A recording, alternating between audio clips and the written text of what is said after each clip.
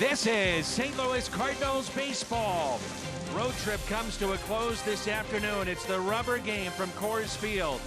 It's the St. Louis Cardinals and the Colorado Rockies. With Jim Edmonds, I'm Dan McLaughlin. Welcome to Colorado. All-important game for both these teams. And the Cardinals yet again turning to a rookie this afternoon. That's Austin Gomber. Seems like a broken record, right? Turn to the rookies for a big game, but this guy is big game ready.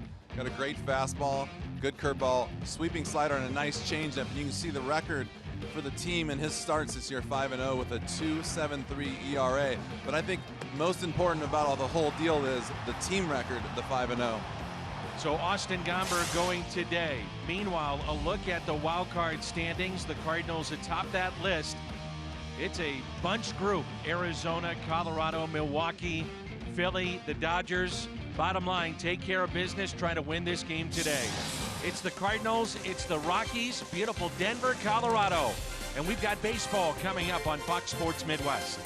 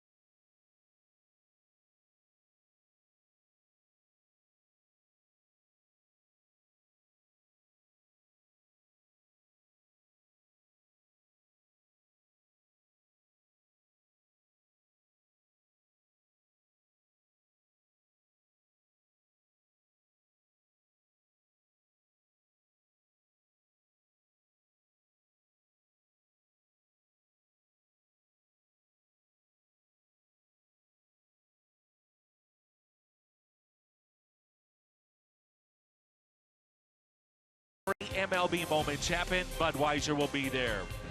And by Chevrolet, the #1 selling brand in the St. Louis area. Find yours at your Mid-America Chevy dealer. It's a gorgeous afternoon for baseball. The rubber game, the St. Louis Cardinals. Matt Holliday in the lineup for the Colorado Rockies. Game 3 coming up.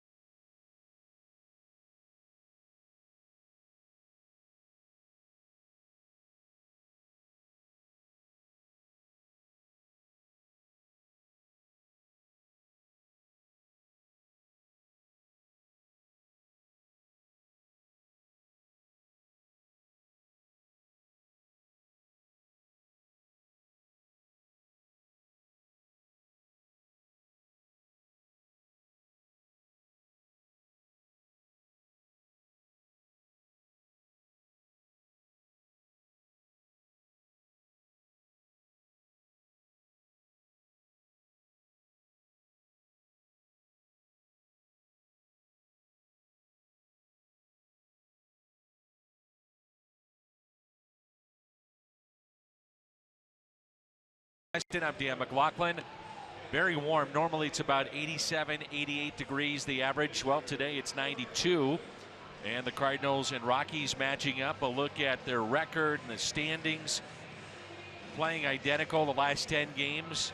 And both teams playing very well since the All-Star break. So you get the idea. It should be a lot of fun here today and a very important game for both teams. I took a picture of this stadium. It's so pretty out right now. What can't be a better day for baseball. And you're right, this a little bit warmer, but when you're a player, you want it to be warmer. You don't want it to be cold. So it should be an interesting day, too, especially with the couple pitchers duels that we had at the beginning. And then last night got a little out of control.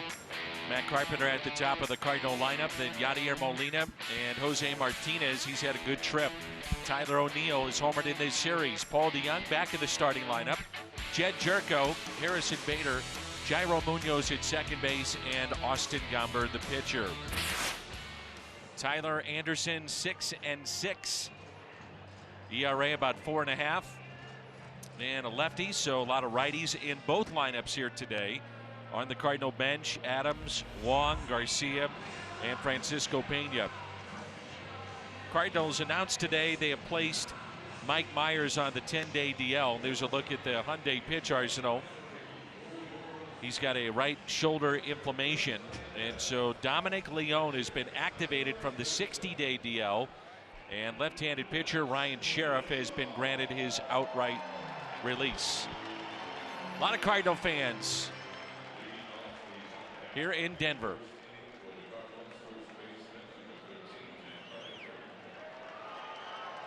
Carpenter 4 for 7 against this left-hander, and let's get it on. Should be a lot of fun here today. Matt with 3 hits on the trip, 1 hit in this series. And the first pitch is strike, and we're underway.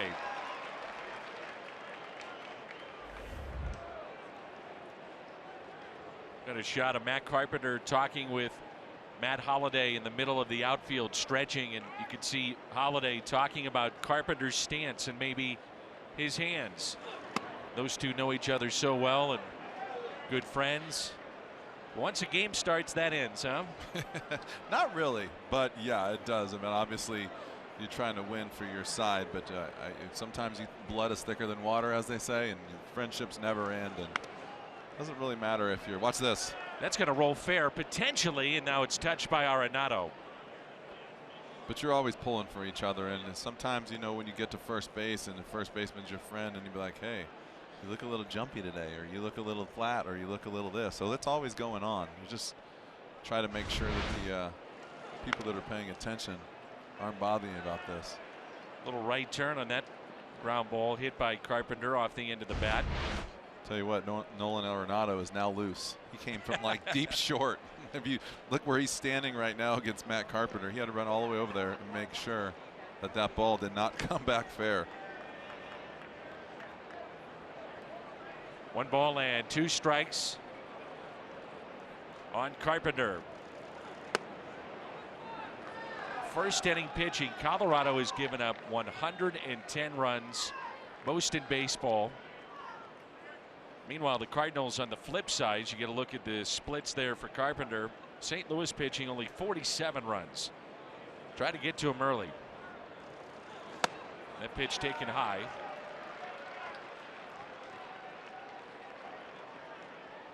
Senzatella, Marquez, Anderson. What they've done in the first inning. We'll see what happens today. Full count on Matt Carpenter. Big gap in right center. Sitting on 34 home runs. Popped high in the air. And that'll find the seats left side and out of play. Bring a glove to the ballpark and get a souvenir. Walking back to the hotel last couple of nights, we have seen so many Cardinal fans here in Denver. I would think that in terms of the cities that Cardinal fans travel to, this is the one that they come to maybe the most. I mean, we see a ton. It's amazing because you think about Chicago. Yeah. I think even about Miami. That's driven out to deep right field. At the wall, and it's off the top of the wall. Carpenter to second base. Just a few feet away from home run number 35 and a leadoff double for Carp. I don't know if you saw that, but as soon as he struck that ball, a big flash of lightning in center field, and Carp hit that ball off the end, obviously, or that ball would have jumped into the seats. But that's good to see right there, especially against the lefty. And we had talked about this a lot as you take a look at this at bat. The turnaround from Matt Carpenter, I still believe to this day, was when he battled that lefty way back in like May. And he just battled and had some good at-bats in Minnesota or against Minnesota. And that day, and that's what pays off when you're in the lineup against a lefty. Sometimes you keep your front shoulder in there and you become a little quicker. And all of a sudden he took off from there. And I still think to that day, at this day, that was the key for his season. Cardinals under Mike Schilt talk about productive outs. It's pointed out, it's applauded, it's encouraged. And it's about going to the right side or driving in the runner in this spot, but advancing at least Carpenter to third. Hit to the right side, down the line, Cargo over and foul. Not by much. I'm a firm believer of if you're a good player on a good team, you're going to get more opportunities. If you're and I'm talking good, average. If you're an average player on a good team, you're going to get a lot of opportunities because you're a winner. If you're an average player on a bad team, then you're maybe not going to get as many opportunities to play around the league. And that comes from moving runners over and doing your job. And it's not necessarily hitting for average, power, whatever. Obviously, if you're a superstar, you're going to get chances. But if you're the middle of the road guy, if you don't do the little things right, you're not going to get opportunities to play. Hit to the left side. Carpenter stays put. Trevor Story. St. Louis now 4 for 15 with runners in scoring position in the series. The Rockies defense around the horn presented by Dobbs Tire and Auto Centers. Holiday in left, Dahl in center, and Cargo in right. Arenado, Story, LeMahieu, and Desmond along the infield, and Chris Iannetta is behind the plate. May see the Cardinals run a little bit more today because of Iannetta. Teams have had success running against him, so it's imperative of Anderson to keep runners close. He's thrown out only 5 of 35 runners. And the Cardinals, their stolen base percentage at 65%, but it's been on an uptick since the All-Star break.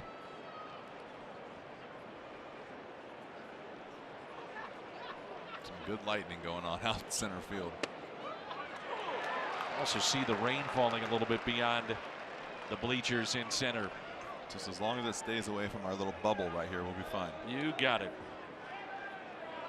Jose Martinez 6 for 22 on the road trip. 3 hits in this series.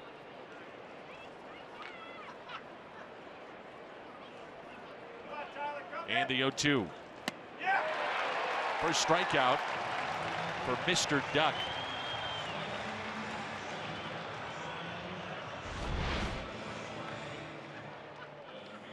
It's like a good changeup right there. And it brings in Tyler O'Neill. Tyler Anderson sets up guys with his fastball and his slider. And he doesn't throw his changeup a lot for strikes. Moves the fastball in and out, gets it up to 94. Just enough to get you to look for that in order to throw that changeup. But if you can lay off of it, it's typically not in the strike zone.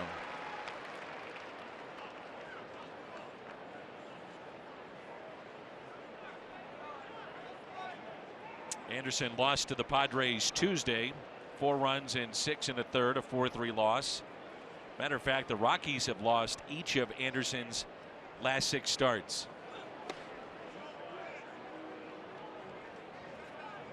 Going with Mr. Duck. Players Weekend. Nod to his time at the University of Oregon. I think it's interesting when you read notes, right, and you go through things, and I was always worried as a player, like, am I going to read something that's going to be in my head for the rest of the day and kind of throw me off at the plate? I was talking about runners in scoring position, and especially with 2 outs with Tyler Anderson, he rarely throws a lot of fastballs, and you see right now he's already started off O'Neill with 2 off-speed pitches. So it's interesting actually for me to actually see the notes that are right on. Here's a 1-1 pitch.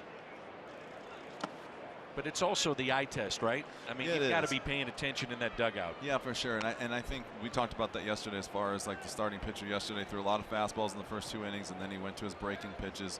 And you got to kind of pay attention to that. I think that the team now is starting to pay attention a little bit more. They're starting to watch pitchers a little closer. More guys on the top step. I think they're starting to smell the playoff run, and hopefully that works. O'Neill takes a ball. So now you have 4 breaking pitches in a row with a man on second base in scoring position. So, Jimmy, did you find that, you know, the numbers bear out what they are, and guys do what they do in certain situations, but did you find that pitchers then varied it up because teams know it?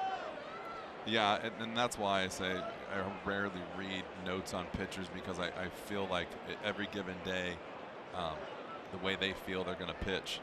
But clearly sabermetrics in this day and age they're pretty right on, and I don't know, maybe they just didn't pass this piece of paper down to the player down in the dugout, but I got the inside track today, and I rarely read them anyway, so I'm up to date. Carpenter with a double on a 3-2 pitch. Now a 3-2 to O'Neill, and he hits it high in the air. Out to deep left. Holiday back at the wall. Gone! 2-0 Cardinals. Ball hung up there and just carried on out. 2-0. O'Neill, his 6th home run.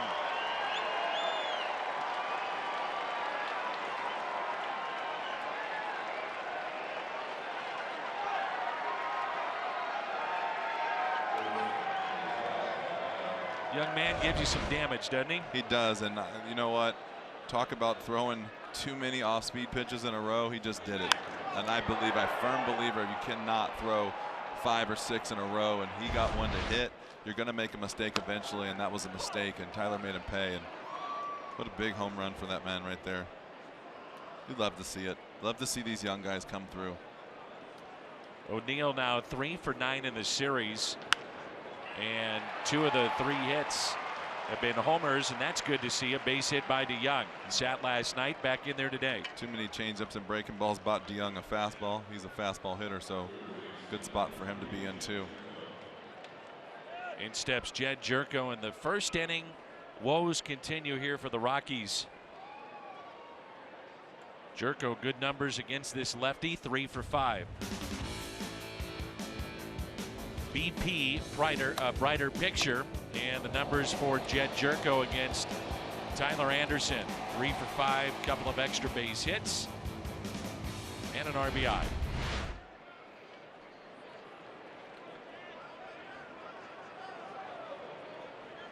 Jerko hitting .261.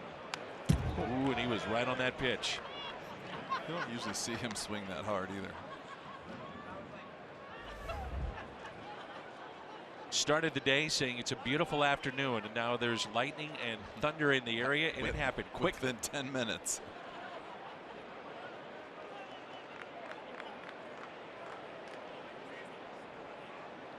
Here's an 0-1 pitch.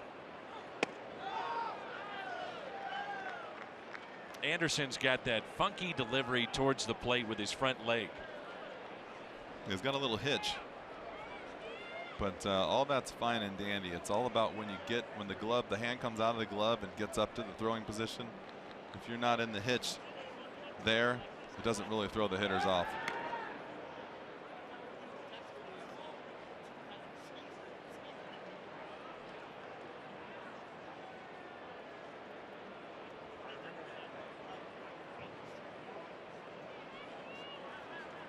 Rockies not only in the hunt for the wild card, but also for the division. They're tied right now with the Diamondbacks.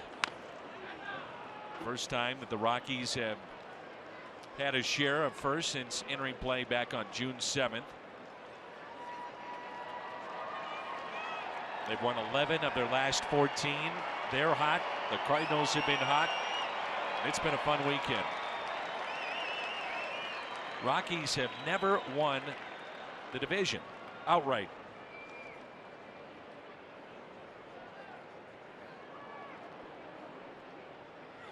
And that's a base hit into left.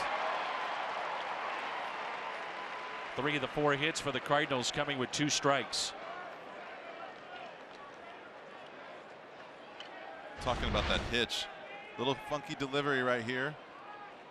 But when it comes out right there, everything is smooth, and that's what does not throw the hitters off. I think probably has a good move to first base. But once the hand separates from the glove, that's when it's game on for the hitter. And if you don't have anything surprising there, you're going to have some trouble at this level. Cardinals trying to avoid back-to-back games in which they lost since July 22nd and 23rd.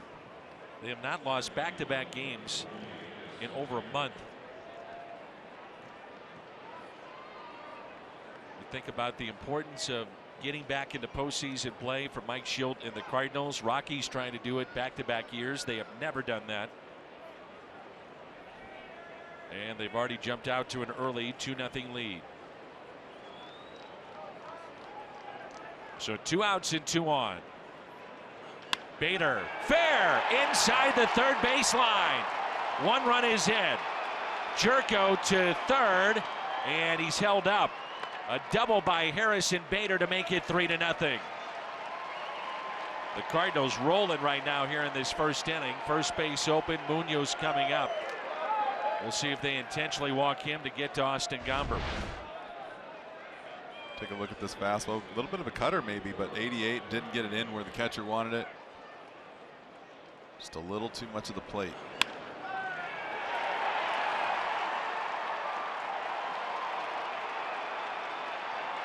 Cardinals with 4 consecutive hits, 5 in the inning. Intentional walk to Munoz, and they're loaded up for Austin Gomber, hitting .111. You got to remember too. It was Matt Carpenter was on second base, the leadoff hitter with 2 outs, and this inning is still going. And they were 1 strike away from getting out of the inning. First pitch to Gomber. Swung on and missed, first strike.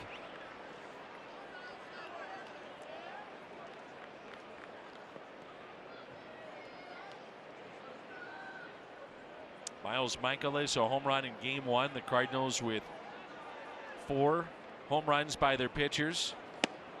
1 ball and 1 strike. Last team to do that for the Cardinals, 1980. Bob Forsch hit 3, Jim Cott had 1. All loaded up for Austin Gomber, trying to add to this 3-0 lead early on.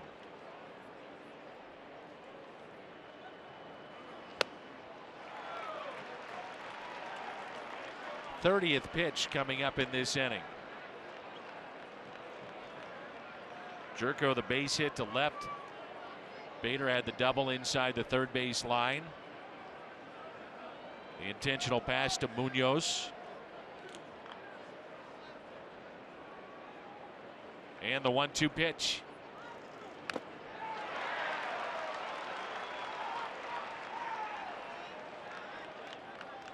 Not sure you could draw it up any better for the Cardinals here in this first inning.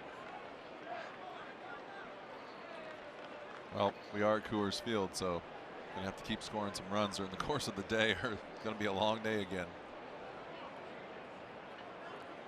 Cardinals trying to make it 9 consecutive series wins.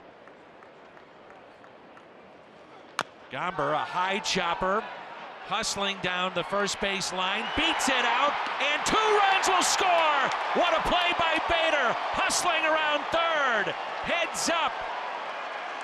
And the Cardinals get 2 on an infield hit.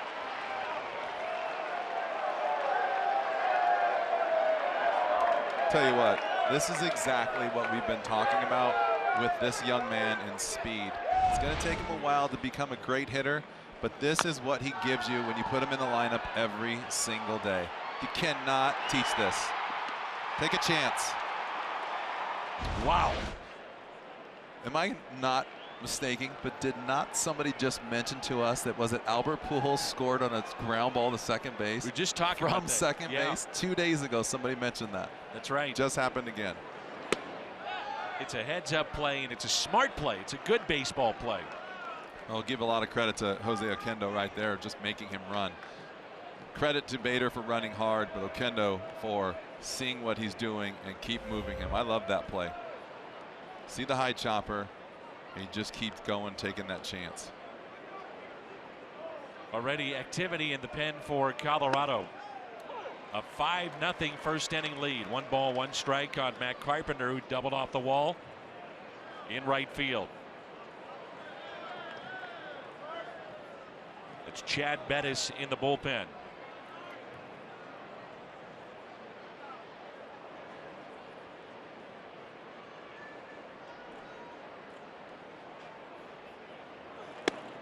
Missed on the outside corner, and this long inning continues. 34 pitches, a 5-0 St. Louis lead, and the excitement of one Harrison Bader. Man, oh man, what a weapon that young man has become.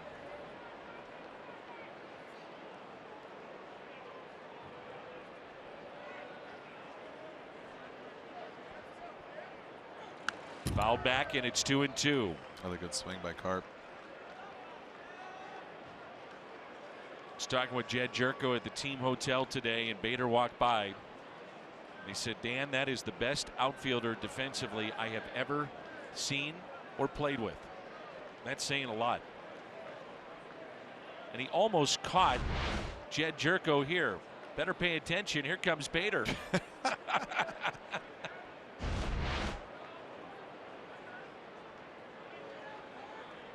The 2-2. And that's lifted in the air to right field. That ball is down. It's a fair ball. A run will score. And Carpenter on his way to second. He's 2 for 2 in the first with a pair of doubles. 6-0.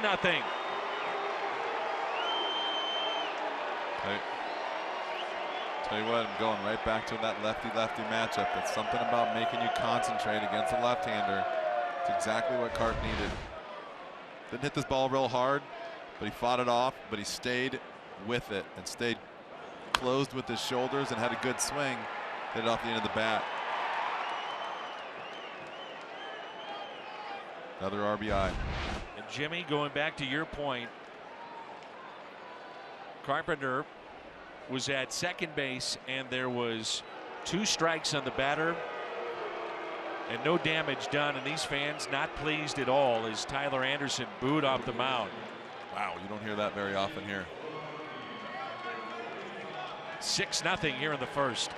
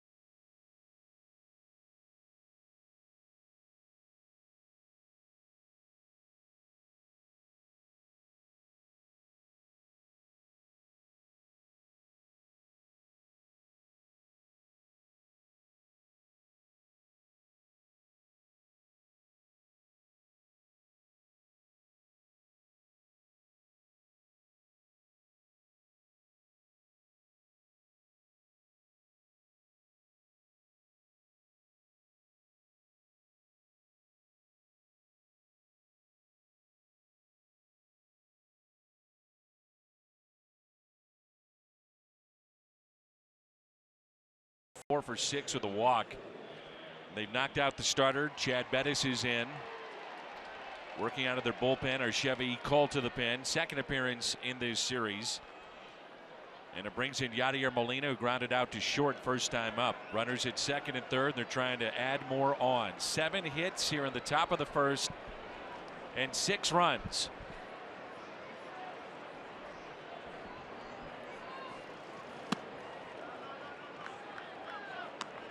Big gap in right center.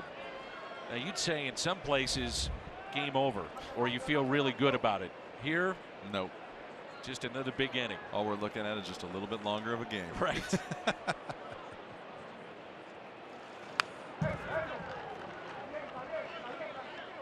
That's the story of Chad Bettis coming back from testicular cancer. They thought they caught all of it. That was not the case. And not only is he beaten cancer, but he's back here in the big leagues. It's a remarkable story.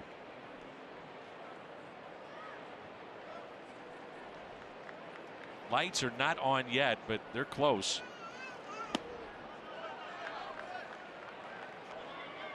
It's gotten dark here at the ballpark. Cooled off a bit. Head groundskeeper here at Coors Field out visiting with the umpires to tell them about the situation they're surveying. Molina hits it back to Bettis. And the top of the first comes to a close. 7 hits, 6 runs, and Austin Gomber to the mound. Cardinals looking for a series win, and they're off to a good start.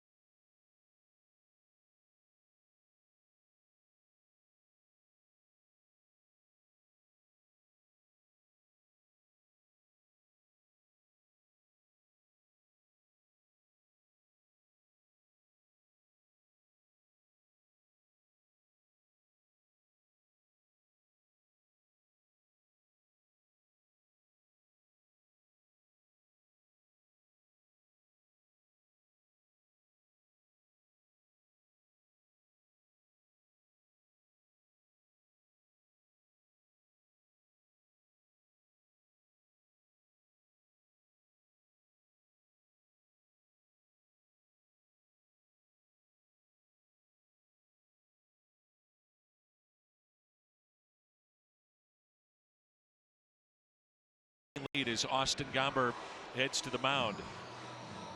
Start number 6 for the lefty. Jimmy talked about it in the open. The Cardinals, if he doesn't get the win, they're winning the games though he starts. Yeah, 5-0. That's a big deal, and that comes back to just keeping your team in the game and giving a team a chance to win. But ultimately, for a pitcher, you obviously like to pile up the wins, but as an organization, you just want somebody to go out there and do their job, and he's been doing that so far. So positive for him, and every time he goes out there, the team's doing a good job of winning the games. There's Bud Black.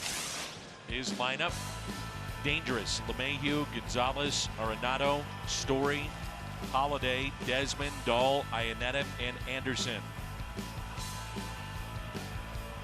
Last time the Cardinals had 7 hits the first inning, September 28th of 2011 at Houston.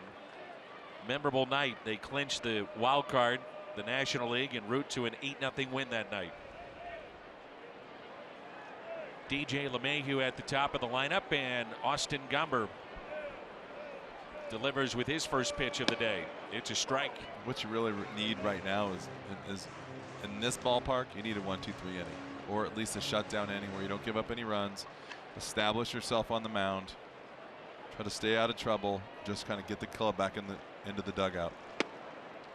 But a different story than in game 2, where both starting pitchers went 7 innings, allowing 3 hits. That's only the 5th time that's happened in Coors history. 7 innings, 3 or fewer hits. And prior to last night, it hadn't happened since 2010 with Jolice Chassin and Tim Lincecum. Here's a 1-2 pitch.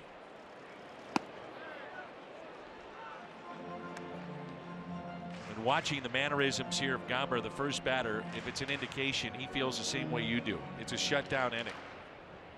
Get after the Rockies. It was kind of like let it all go in this first inning. Make sure you get the team back in the dugout. Keep the Rockies off the scoreboard right now. There's a strikeout of LeMahieu. He could not hold up. Rung up by Lance Barrett and Tony Randazzo. Turn to Jimmy's Toyota key to the game. Oh, keep the streak alive. This win streak, as far as winning series, is how you get to the playoffs, and they've done a great job so far. The last 8 series they've won, and so today is a pretty big game. I think you don't want to give away a series just because you had a rocky second game. So I think today is a big game for the Cardinals. Cardinals 18-5 in the month of August. Best in the major leagues.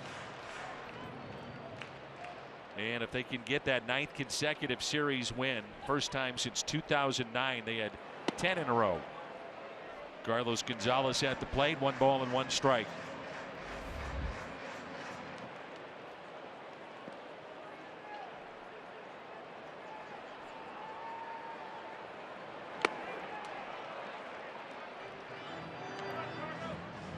Five for 10 in the series. A lot of that damage done late last night. We were talking in the office of Mike Schilt, and he said, well, this is one of those innings that you get throughout a baseball season. Just happened to come in a real good game.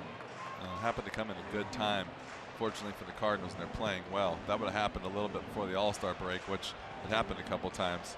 You could see how the team's mood could have completely gone in the wrong direction, but I think right now this team is pretty confident, and they know they can bounce back today. It's gotten real windy last minute or 2, and the rain starts to fall here at Coors. 2 balls and 2 strikes. Many of the fans heading for shelter. Cover, shelter, the hills. Back-to-back strikeouts for Austin Gomber.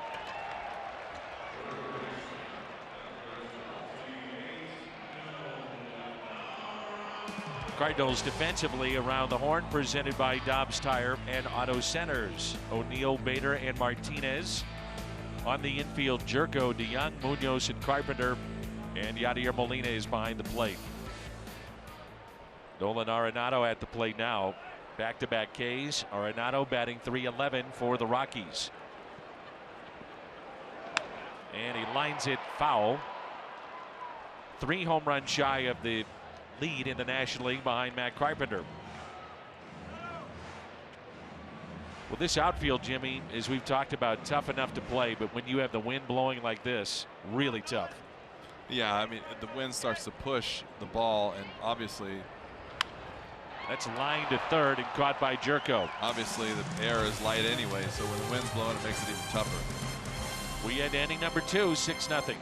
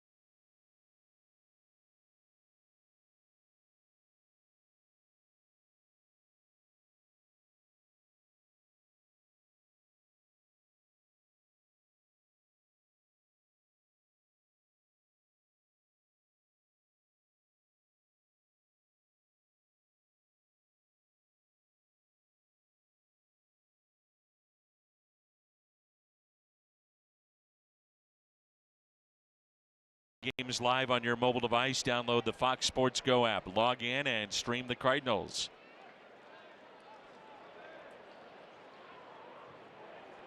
Lights are still not on here at the ballpark in a beautiful setting for baseball, but some rain overhead. You look out to the west and it's gorgeous. You look east and it's dark. I'm impressed with that because every time I sit up here, I'm trying to figure out which way the west is, where the clouds are going to come from. They're actually coming from the south today, southwest, so I thought that was going to blow right on past us, but apparently not. Jose Martinez.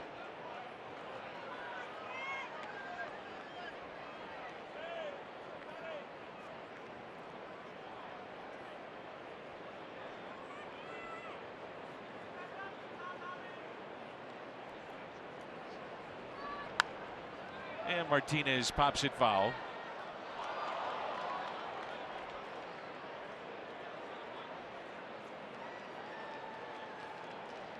I'm trying to think of a player that has brought the kind of excitement to the ballpark recently from a Cardinal perspective that Bader has. Yeah, it's been a while since I played, so it'd be no, I'm kidding. I wish I had his speed. That would be so much fun. But no, you're right. I mean, I think that we talked about it as soon as he got here, right? Get him in the lineup somehow, some way. First game, pinch run, or got on base, and he scored the winning run. And just those are the things you could see it coming instantly. The effort that he gives is amazing.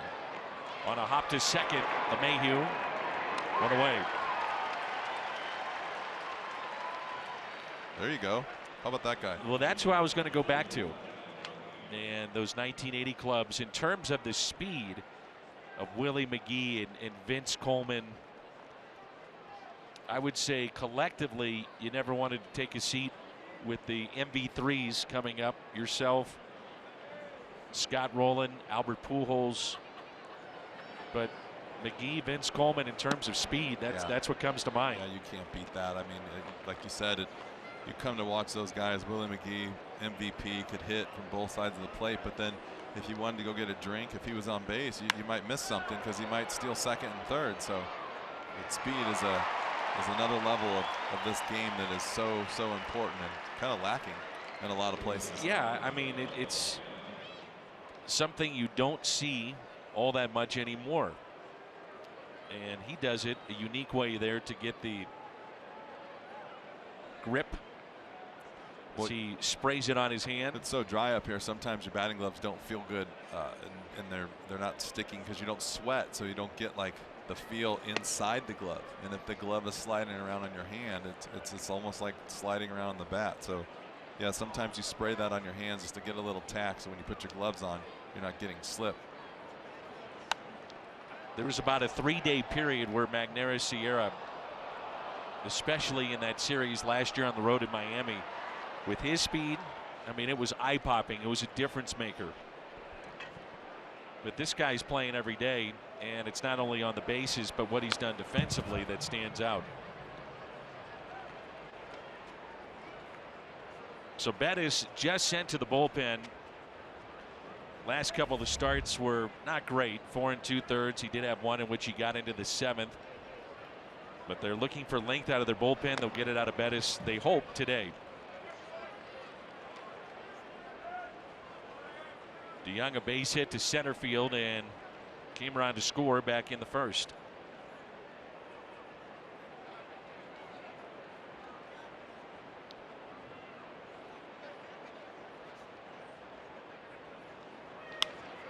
And a high fly ball to Holiday, broke back. Now in a few steps, and he'll make the catch. He's due up second when we come back.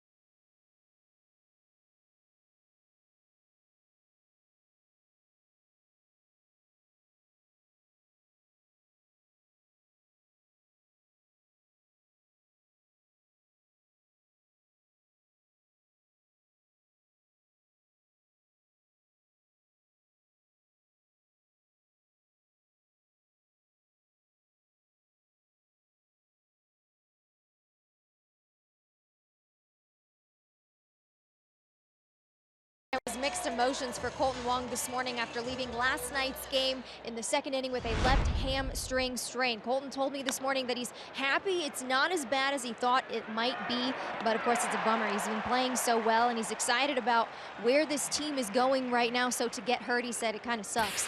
Mike Schilt also said it looks promising on the outlook for Wong as of right now, but of course hamstrings are tricky. He will get it looked at with team doctors, but it's still to be determined on how it responds. Wong said it's just a little sore today. It's not his entire hamstring, just a small part of it. Guys. All right, he did say you would, if he had to, tape it up. He said, I don't care. He said, the guys are playing so well, I don't want to leave. Well, I'll tell you what, that this is the ballpark, though. You don't chance that with the humidity being so low, the dehydration, the altitude. This is definitely a place that you don't mess around with injuries, especially muscle pulls. And a high fly ball lifted out to deep left off the bat of Trevor Story. O'Neill under it for the catch. Kubota power stats. Matt Holliday hit his first home run for the Rockies in 3,634 days. It was also a pinch hit home run. And The last time he had a pinch hit home run was that memorable Friday night in St. Louis as a member of the Cardinals.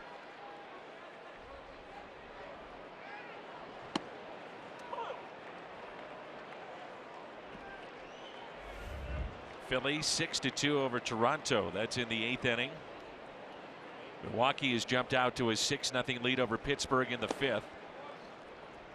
Moustakas and Pena have homered. Atlanta in the 8th inning 1-0 over Miami.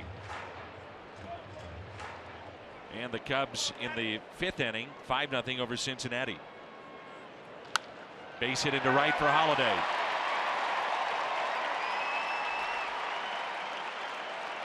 I think he's answered whether or not he can still hit.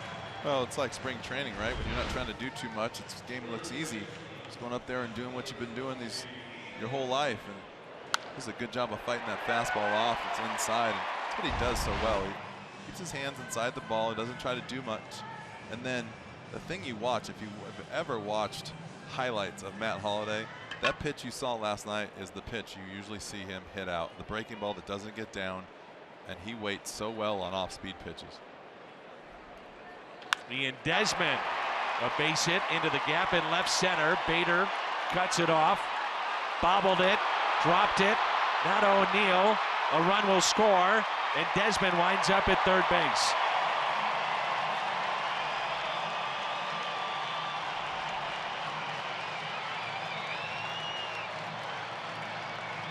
Sure, that'll be a double and then an error on Bader to allow Holiday to score all the way from first base. Well, the speed is nice, but this is the one thing why you got to get him in the lineup every day. You have to get these kind of situations. He's got to get these kind of situations under his belt where he's got to concede the extra base hit to just get the ball cleanly and get it in there. If he catches that ball and takes his time, throws the ball in, second and third, 1 out still, but don't have the run scored. You don't have the bobble in the air. So it's a double. Error on Bader, no RBI. And Dahl on the first pitch pops it up, foul territory. Jerko over, and there's the out. And a big one, out number 2.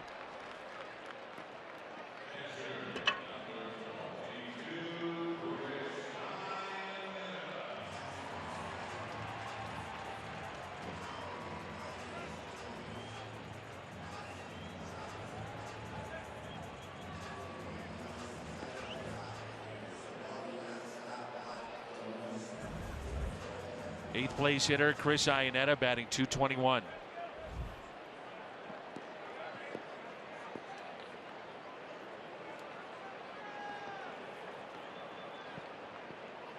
Rain falling here in Denver.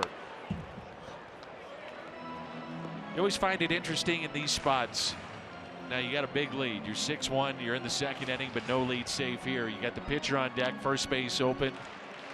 Why would you it's not? interesting, I think, how managers manage at this ballpark because they don't want to have those big open floodgate innings. You don't want to put an extra guy on base if you don't have to, no matter what. But I think the way you approach that too is in your mind you know that a bloop single is a base hit for sure.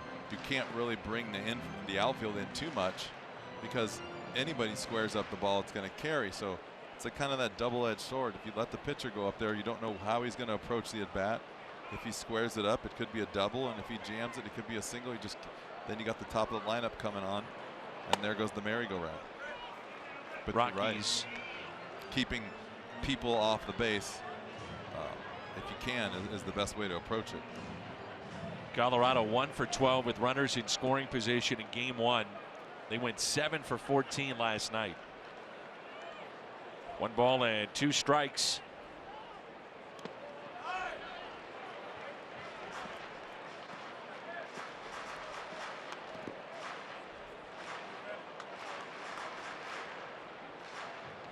Two and 2.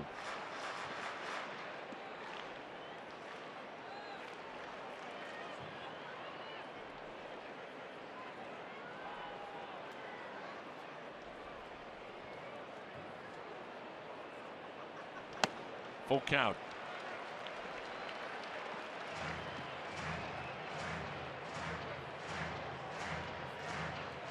Trying to make a pitch with the breaking ball here, Danny.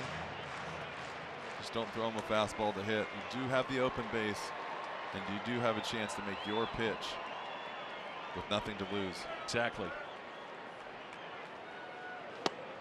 And he walked him.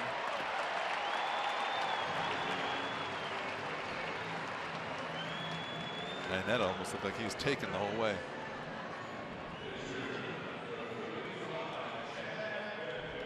So Chad Bettis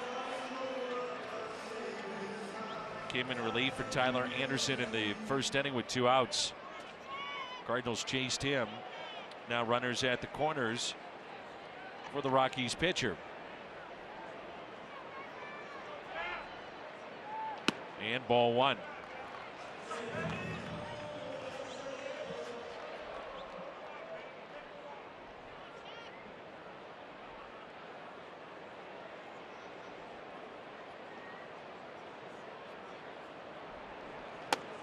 Two and 0.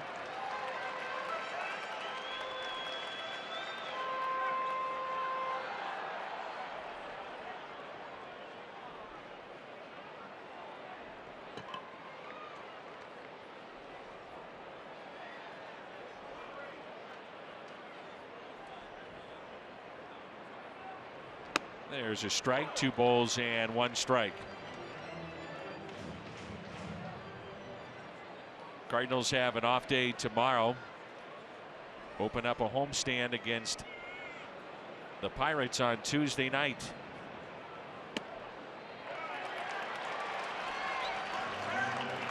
So what we're talking about, you can run into issues with walks in this ballpark, which lead to big innings. On deck man, the leadoff man, DJ LeMahieu.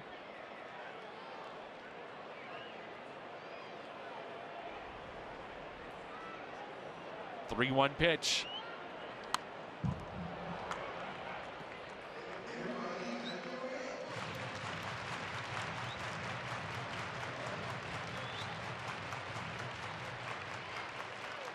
This will be the 20th pitch of the inning coming up for Gomber. 3-2 out of play.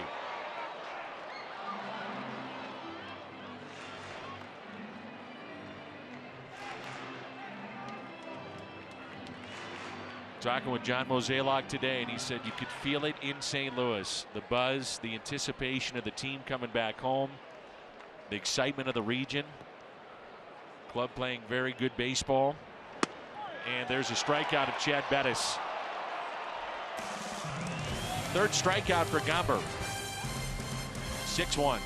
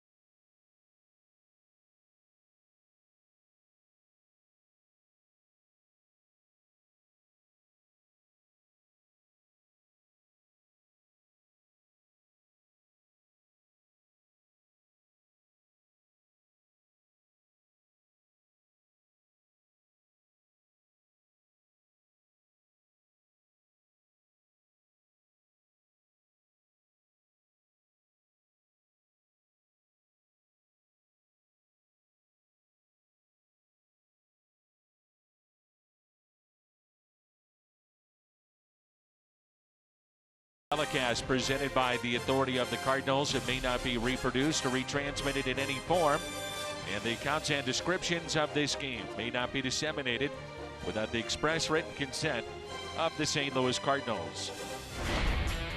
First inning, not only 2 out hits, but 2 strike hits too. Cardinals, a bunch of them with 7 hits, 6 runs,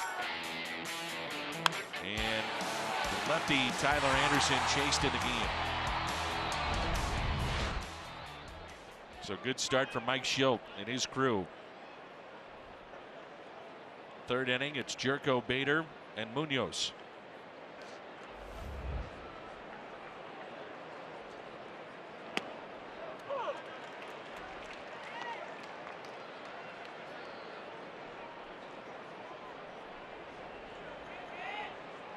Jetta single into left and a run scored, and now he drives it out to left field. Holiday coming on, he won't get there. Drops in, and it gets by him. Jerko winds up at second base.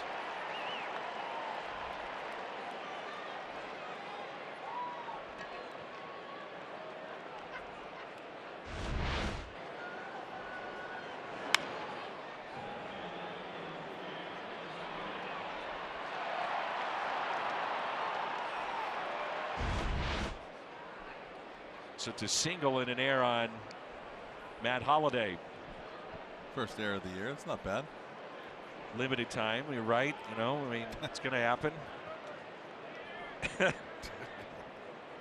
Jimmy always thinking of the positives. There you go. Here's Harrison Bader, who doubled. A throw to third, and Arenado couldn't come up with it. Boy, that was odd not to see him come up with that cleanly, wasn't it? I don't know. It was hard to tell what was going on there. I was still surprised that he threw the ball to third base. Iannetta throws this ball to third like it's a force play. You don't see Arenado make that play very often.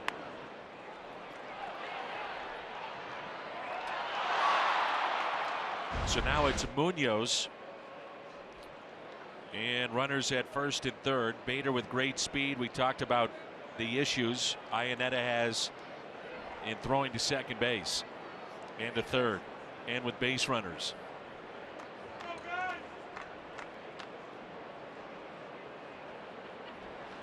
First pitch is strike. You almost have to turn him loose, don't you? I would think, yeah. Any kind of time at all.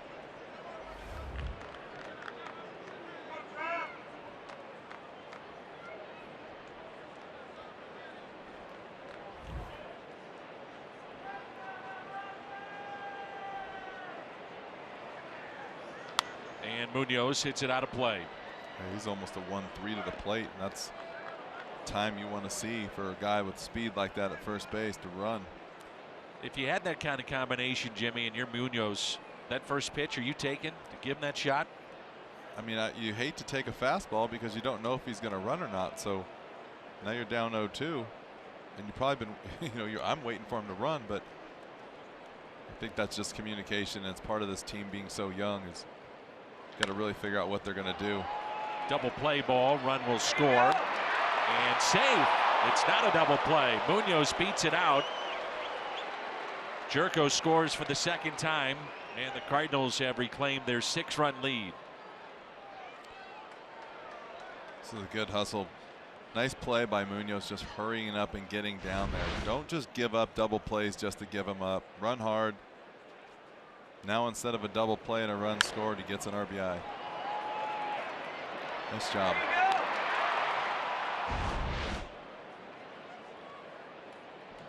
Rockies taking a long look at it as to whether or not they will challenge. And they will not challenge. The ruling, by the way, on the play by Bader was fielder's choice and an error on Iannetta. So 2 errors in the inning. Here's Austin Gomber, and maybe the play of the day so far. And there's been a bunch, but Gomber hitting a high chopper with the bases loaded, in which 2 runs came in to score. Bader scored from second base.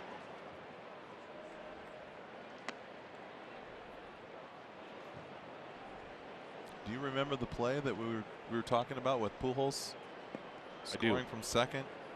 on a ground ball to second base.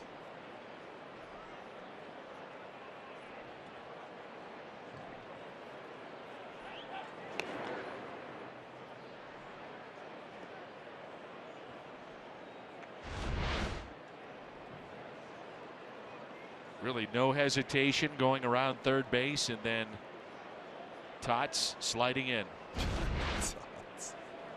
His names are killing me. Gomber squaring to bunt. Pulls back. Sun now peeking through the clouds here in Denver.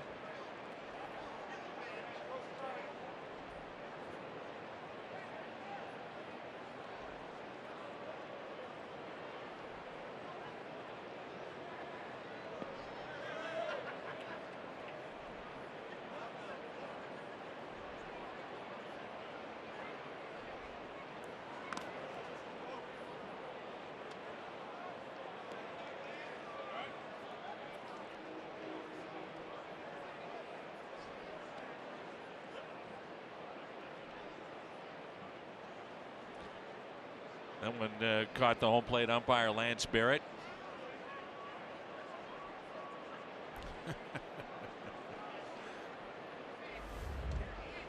See, and Desmond told him to jump up and down.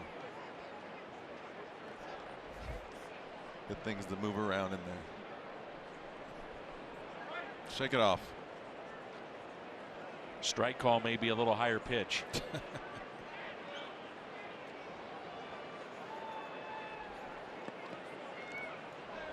2 balls and a strike on Austin Gomber.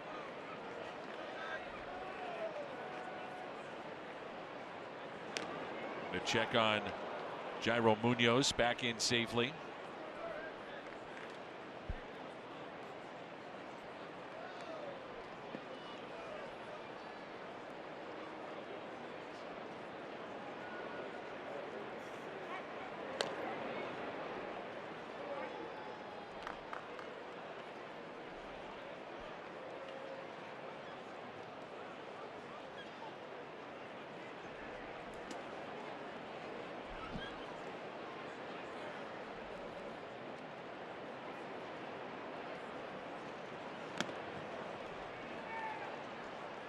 Now 2 strikes, and that play by Bader, he was clocked at 5.99 seconds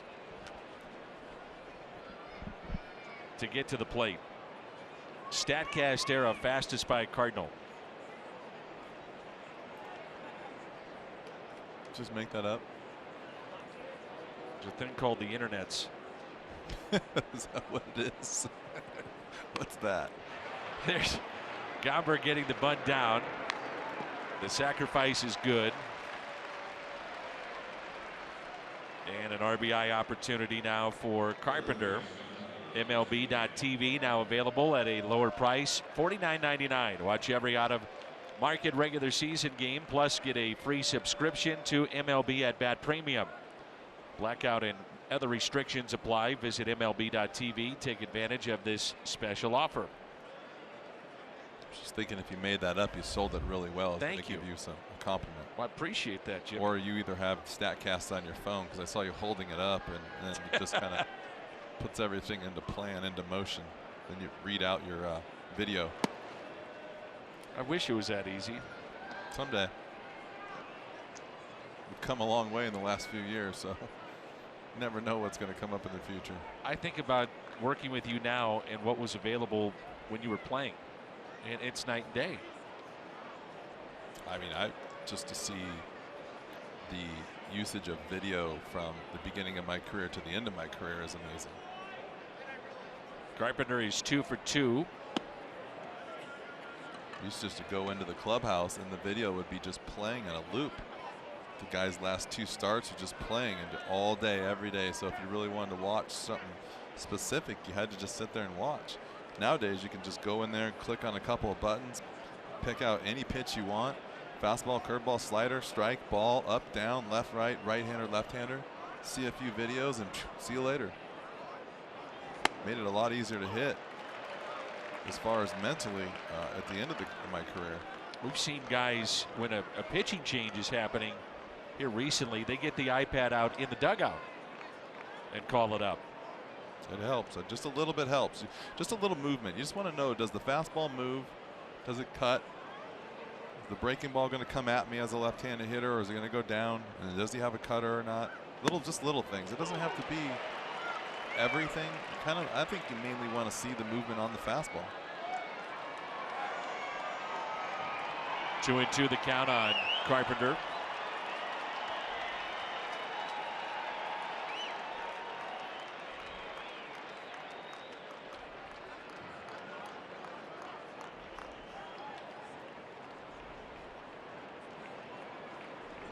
Spoiled by Carpenter.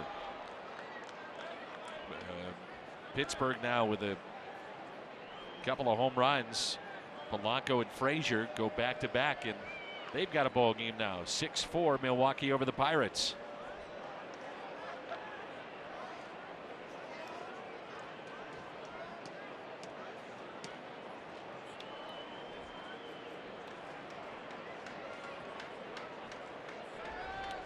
The 2-2. Carpenter, base hit into right center. He's 3 for 3 and looking for another double. He's got it. 3 hits, all have been doubles, and we're only in the third.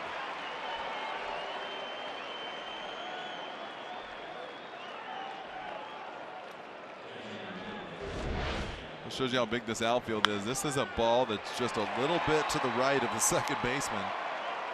And it ends up out there in right center field deep. Does a nice job of hustling all the way. Matt Carpenter now with 37 doubles, just 1 back the National League lead. Nick Markakis has 38. It's another 2-out RBI as well.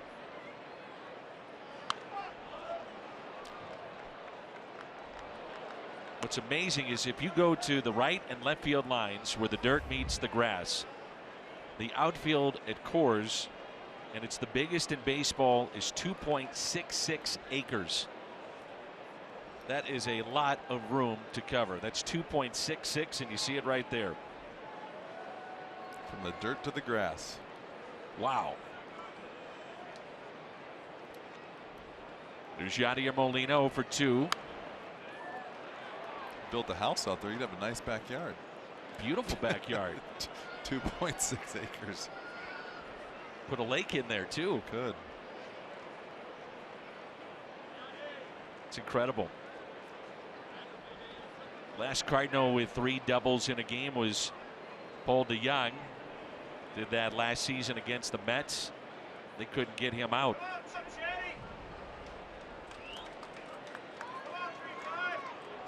And that's a base hit into center off the bag.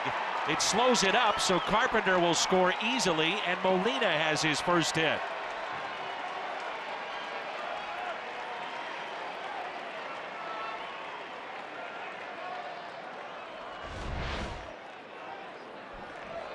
Good job of hitting by Yachty right here, and 17 years of Major League Baseball, and I don't think I've ever seen that right there. Really? Ball ever hit the bag like that, especially on a chance to throw somebody out at home. Might have slowed it up just enough to not to have to throw the ball to the plate, and Carp can cruise on into home. You know, the Cardinals take a look at video every day, good and bad, of various plays. I would imagine early on in this game, and there's a lot of hits, a lot of positives, but one of the things that Mike Schilt, his staff will love, you talked about it, was Munoz hustling down to make sure it was not a double play. Turned into a fielder's choice, 1 out, picked up an RBI, but his hustle, you know, in saving it out, extended the inning. Then you had the sacrifice by Gomber, double by Carpenter, single by Molina. The little things that this team is doing. I mean, every run counts, especially in this ballpark.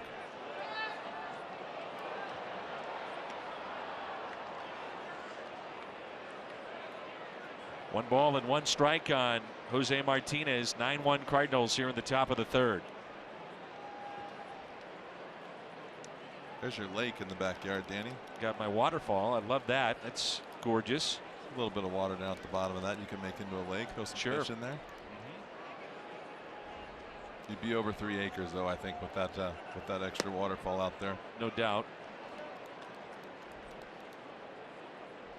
There you go. How cool is that? Put some fountains out there in your lake.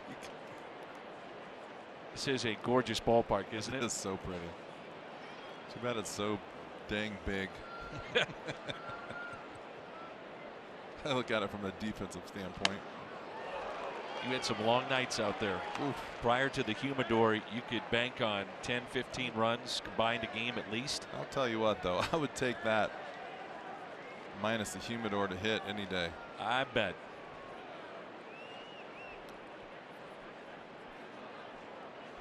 Such a beautiful ballpark. Weather's not bad either. This is like the place in the country with the most sunny days of the year. I've read that a few times. Over 300 days a year of sun, even in the winter. Not bad. Do you ski? Not anymore. Not with these knees. Too rough on him, huh?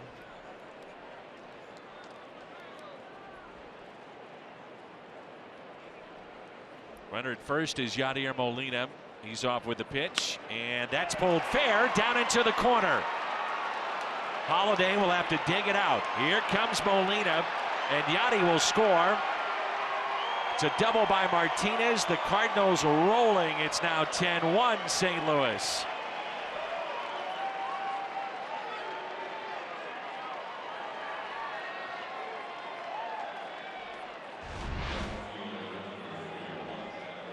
Hanging breaking ball right there, and struggled a little bit at the plate last couple of bats, and right there he got it back. It's a nice job of hitting, and look at Yadi go.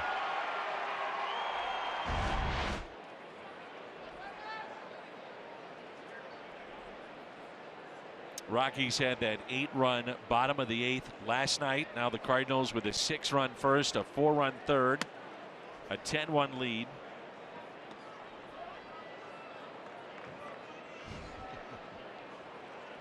Tyler O'Neill is homered and also lined out.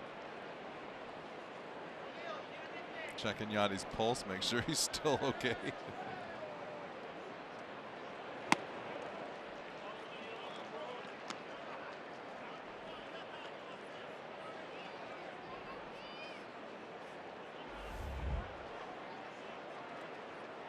Home run was measured at 395 feet by O'Neill back in that first inning.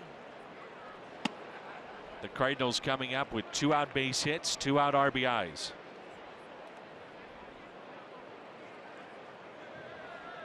You just wonder if he was able to strike out O'Neill, get him out. The look of this game back in the first inning. A lot different, for sure. Cardinals had no runs on the board, 2 outs, 2 strikes on O'Neill. He delivered.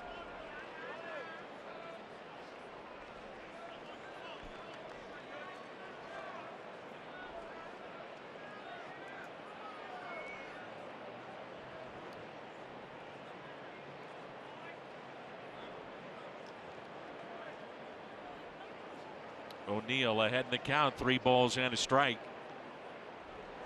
Ooh, boy, what a cut. 3-2. No activity for the Rockies in their pen. This is Bettis.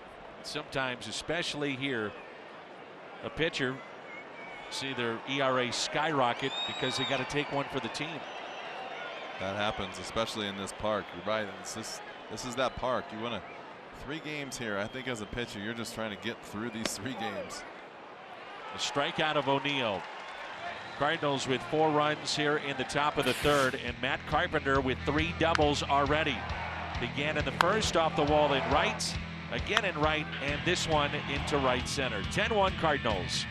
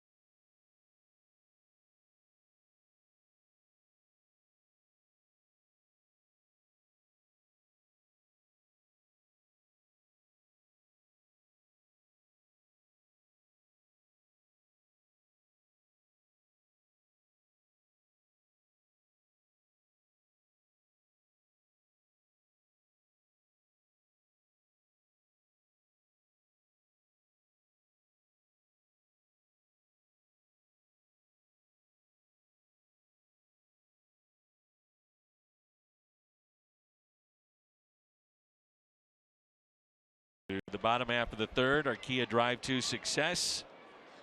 Austin Gomber, last 3 starts, very good numbers, the low ERA. Top of the lineup, DJ LeMahieu, Carlos Gonzalez, and Nolan Arenado.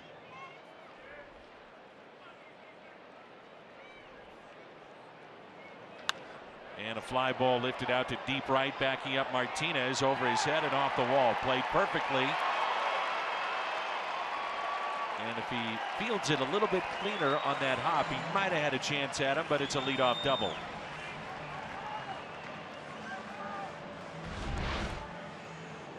You said it, he went back on the ball and played it nicely. But once again, trying to rush just a little bit, took his eye off the ball. This is just all about having innings out there, right? It's all about catching the ball first and then making the throw. If you don't catch the ball, obviously you can't throw anyone out. And that was something that I always try to talk to the guys around me is even when the ball goes off the wall and you go down to pick it up, ball rolling, whatever, catch the ball first and then turn and throw it. If you don't catch it, you get no chance to throw anyone out. Something as simple as that, but very important. It is super important. Here's Carlos Gonzalez. Struck out his first time up.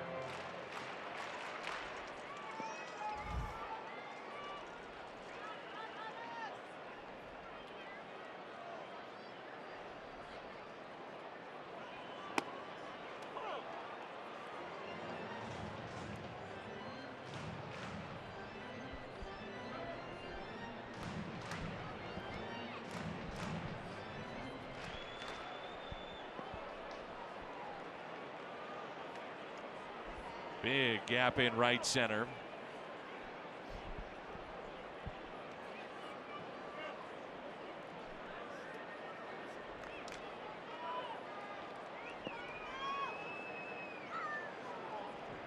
And a 1-1 pitch.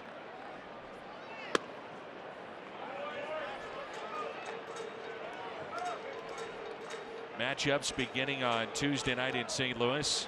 Jack Flaherty, Ivan Nova. Game 2, Miles Michaelis and Trevor Williams. John Gann against Joe Musgrove in Game 3. All 3 games on Fox Sports Midwest. The start time on Thursday, by the way, it's 6:15. One of those 6:15 starts if you have a ticket. I talked about how John Mozeliak was saying to me that the fan base, there's just a buzz and energy about the club playing so well back home. Imagine the crowds will be very good this week, certainly next weekend. Get your tickets, come on out. This team's playing well. Really well. Yeah, you're right. It's the city kind of lives and dies with this baseball team, and it was a little down early in the year, and definitely a different feel on and away from the field. 3-2 pitch to Cargo. You had not done games in a while. You were on a vacation, so now you're back. I'm just curious from your perspective of seeing the club before you left to what you're seeing now. You've had 3 days to watch it. What's your take? It's weird. You can't pinpoint any one thing, and it's funny talking to you over the last couple weeks, and you said it's a totally different team. Same team, but the energy level has changed. The baseball, brand of baseball has changed a little bit, but that all comes with winning baseball. The attitude seems to be a little different in the dugout. They look like they're a little bit more energized, even just watching them in the dugout. And that just, it's like the whole package has changed. And it has nothing to do with the changing of the guard or moving the manager out or whatever. Just something clicked. They moved a couple guys, sent a couple guys out, traded a few. Brought a couple young guys up here, and I think that energy level is just really carried over and taken off for the better. There's Nolan Arenado, and you're now squarely in a pennant race, and you've got young players like Bader, like DeYoung, the man on the mound, Austin Gomber. Colton Wong has played terrific. Jed Jerko, talking with him today, as I mentioned, he said, man, it's fun to come to the ballpark right now.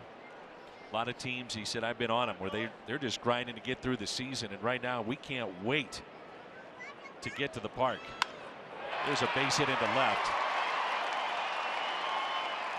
LeMahieu held up at third, runners at the corners. Oh, and what a better environment for these young guys to learn. You know, you can't really learn the game without going through some tight situations and having some games that mean something. So what a better spot for these young guys to be in right now is a pennant chase right now with a lot of time left. So you get a little bit of that feel what it's like to have some urgency and make some plays under pressure and make some pitches and have some tough at bats. And I think the more you can do that during the course of the season, the more you're ready for postseason. And that was something that, you know, Tony was always big on as far as running away with it and not having really anything on the line ever during the course of the season versus maybe being that wild card team where they're playing for their life every day for the last 2 months. That's something to be said about having to play under pressure for a long period of time. Trevor Story fly to left first time up. And the Cardinals under Mike Shield playing better baseball overall, but certainly at home. And there's a ball that's knocked down by Munoz. They'll get the out at second. Run does score to make it 10-2. But the point being, after today, the Cardinals have 19 games remaining at home. So basically a month left in the season with 19 of the games at home. Well, that's awful. That's going to help too. I mean, that's going to be a big boost for these guys, and just to be around familiar territory. I wonder if Munoz got caught in between on that ball. Should I catch it? Should I let it go to one hop and try to turn two? I think he just got kind of tangled up on his feet. I don't think the ball carried as far, but this is what I'm talking about, though. That's a perfect example. That's an in-between play. He can easily panic and try to do too much. He slowed down, he got an out, and that's all that matters. You panic right here and don't get to it. You try to get 2 outs. You throw the ball in the left field, and the big inning is coming.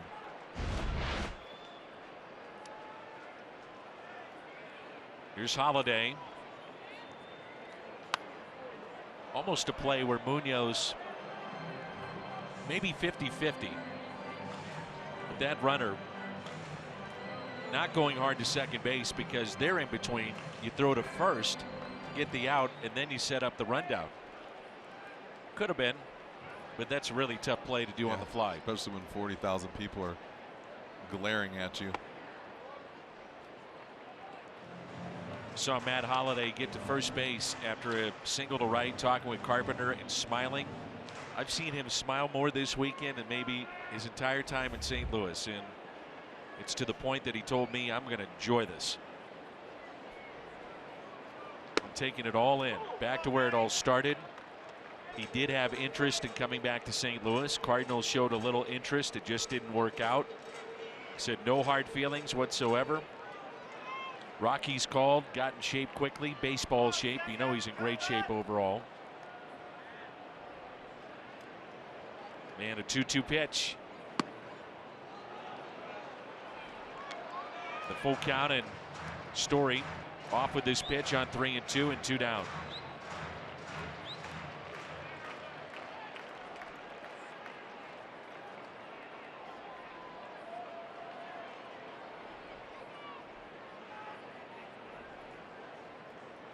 And a swing and a miss. Strikes out Holiday. 2 in the inning, 5 in the game, and a beautiful scenic as we head to break of Denver.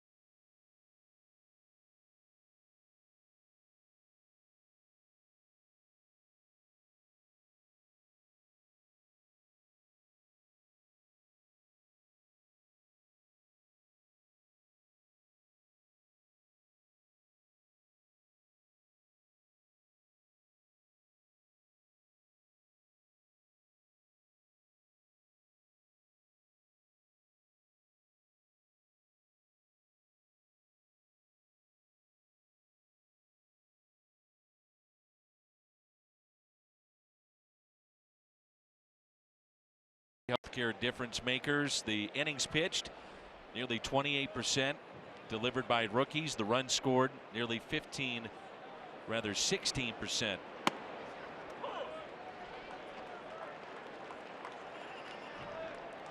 Mike Maddox dealing with those young pitchers day after day. Paul DeYoung pulls it foul.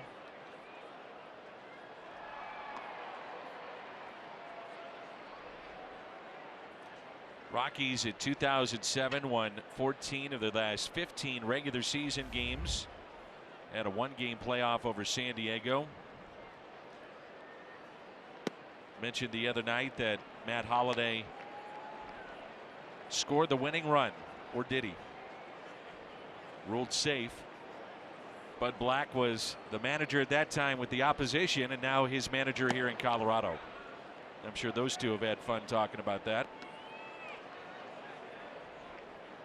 What a run for the Rockies, and then they met Boston in the World Series and eventually dropped the World Series to the Red Sox.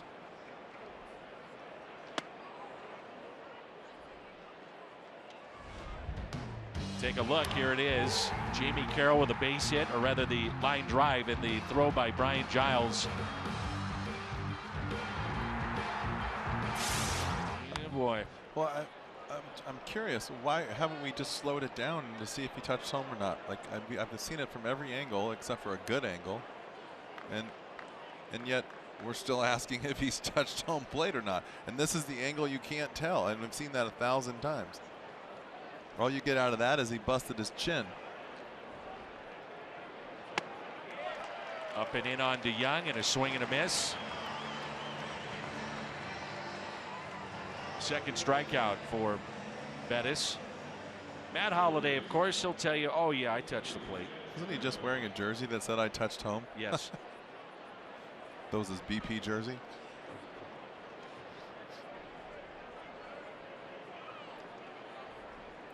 Here's Jed Jerko.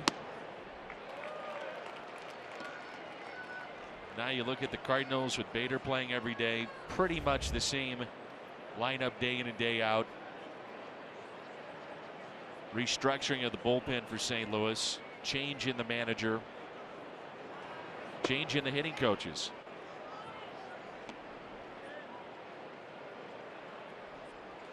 All of it has had a factor in this team going in the right direction.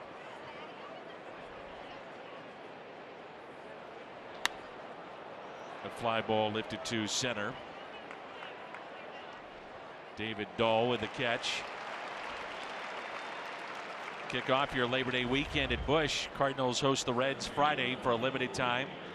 Really good deal here. You can purchase specially priced $10 tickets, and each one of those tickets loaded with $10 in Cards Cash. Spend it on concessions or merchandise, so don't wait. Offer ends today. $10 tickets now, cardinals.com/flash sale.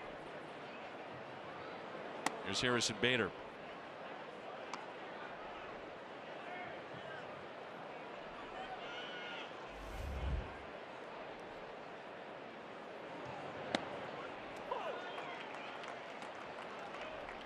Bader maybe with the play of the day thus far, scoring on a ground ball in the infield from second base. And his speed a factor, and it's been a factor day in and day out.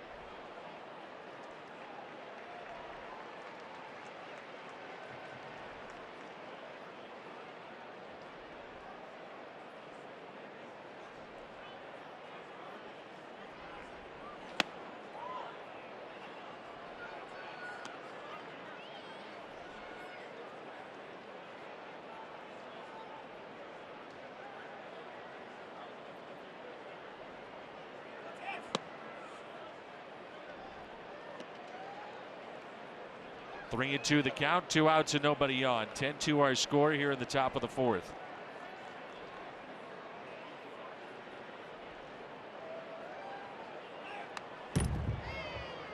We had an interesting conversation with Mike Schilt talking about Adam Wainwright. And it's not just Adam, who is always so positive, saying, oh, I feel great, things are going well, I expect to be back. But Mike pointed to the analytics and the numbers of the spin rate on a curveball and some of the other things that you look at analytically to see if the eye test is right. You know, it backs up what you're seeing. And he said, we haven't seen spin rates on this breaking ball in a long time. And he said, all I can tell you, it's Adam Wainwright, and he's doing it. Yeah, you know he's going to come back and try to do everything he can, but when you start to see numbers that support that he's healthy or getting healthy, that's huge for this team. And just having him in the locker room is amazing. To learn from him, to watch, to pick his brain, but to get him back on the mound healthy, let him try to finish out, helping out this team, that's going to be a big, big move going down towards the end of the season. 3-2 pitch to Bader. Lifts a fly ball into left field. Late break by Holiday. And he's there to make the catch. Cardinals go in order for the first time today.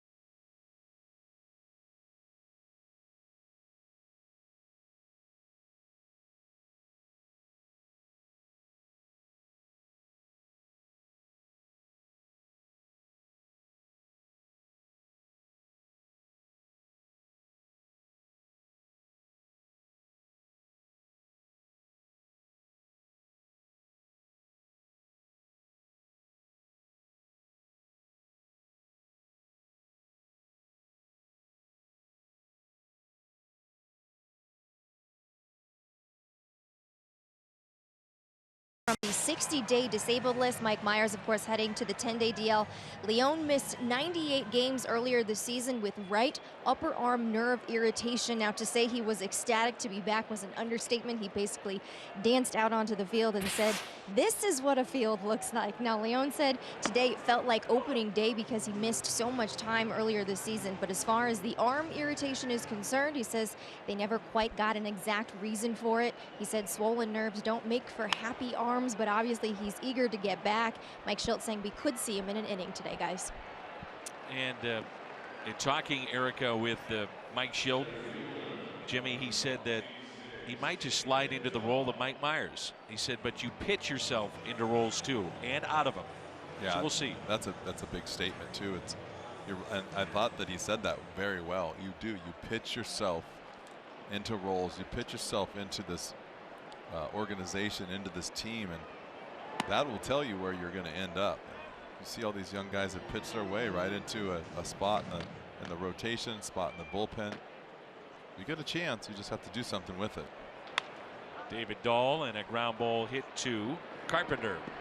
2 away. I was kind of disappointed at Sunday. I thought all the guys were going to go with the high sock Sunday, and I told Erica when I saw her that she went with the high hair Sunday and had her hair up in a ponytail, trying to go with the team, and then she found out a lot of the guys were pants were down, and so much for that. Socks were down, and just a normal Sunday.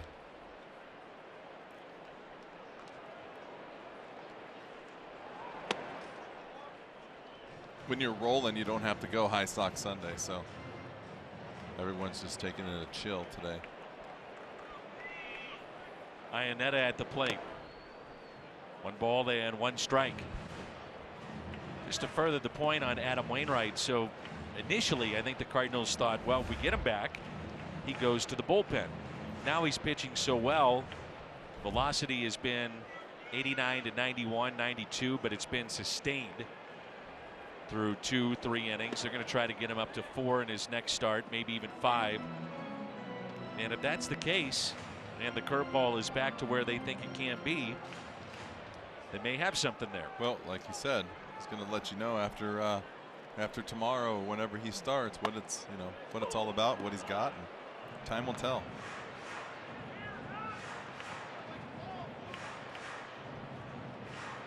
Just don't get caught with your pants down. Is that what you're trying to say?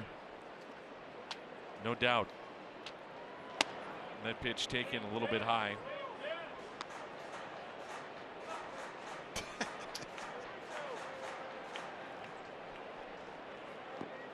Be ready for everything. Be ready for everything. Fouled back on a 3-2 by Iannetta, who walked back in inning number 2.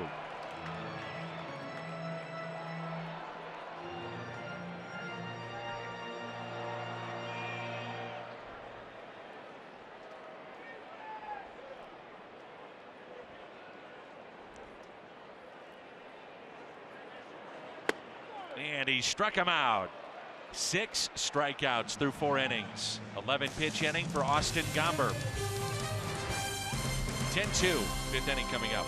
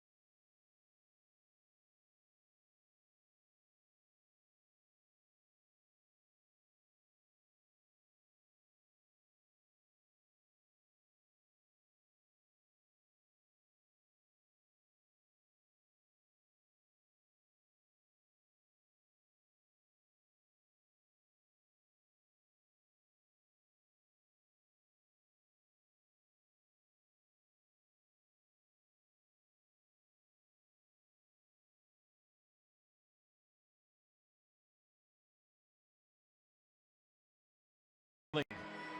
11 hits. Austin Gomber's allowed just 4. And Chris Russin is our Chevy called to the pen.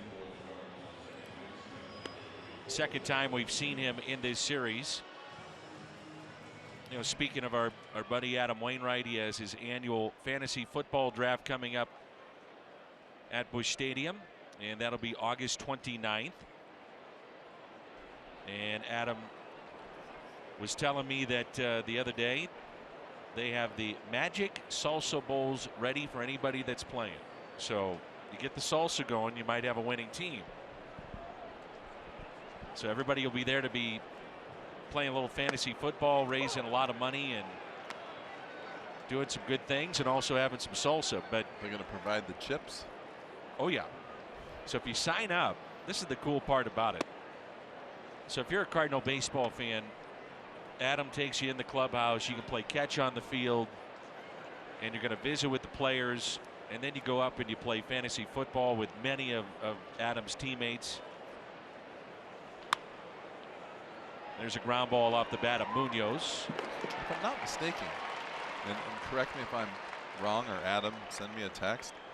You're playing against other guys around the league too, right? Not each city is its own game, or you're playing each city has a guy that represents big league impact. But the fantasy football, you're playing against everyone involved, even in other cities, I believe, not just in your own city.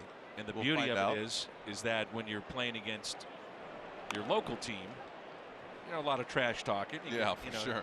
Get to go back and forth with the players. And bigleagueimpact.org if you'd like to sign up or find out more. I find it interesting that the guys that jump on board from other organizations and big name guys all over the league that are doing this with him, and they have a draft and they do the same stuff. And even just like the K for Cancer, so many people just jump on the shoulders of a lot of these players. And like I said, you know, blood is thicker than water. These guys are tight on and off the field, and just because one guy's wearing purple and one guy's wearing red that day doesn't mean that friendship, that team's going to get in the way of that friendship. So it's amazing to watch what these guys do for each other all over the league. Conducting an interview with Adam not too long ago, but just hearing him speak from his heart and talk about what he and his wife have been able to do through the foundation. And literally they built a hospital out of it. They have built clean drinking water, which is essential, obviously, for all of us. He said that he used to go to a well and it looked like chocolate. Adam said that you play against your city, but then if you win, you get to play against all the other cities for the overall championship. So thank you very much for clarifying that. Big league impact in the fantasy football. That draft will be on Friday.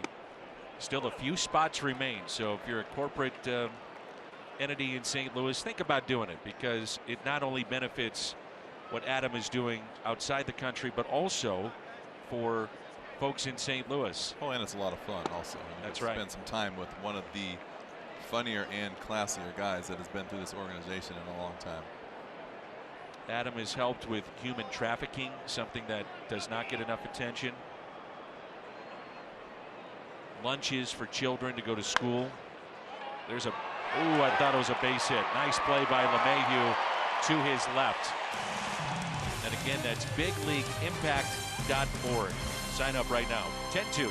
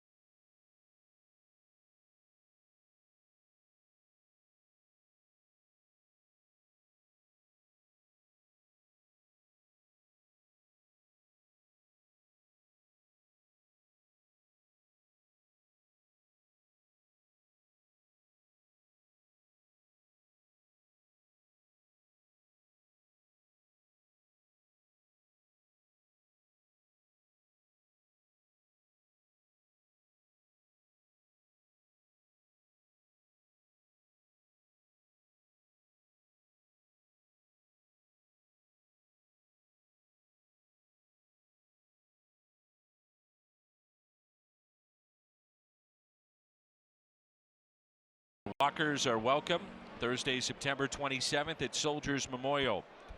And you can create your own team. STLBizDash.com, brought to you by Fox Sports Midwest.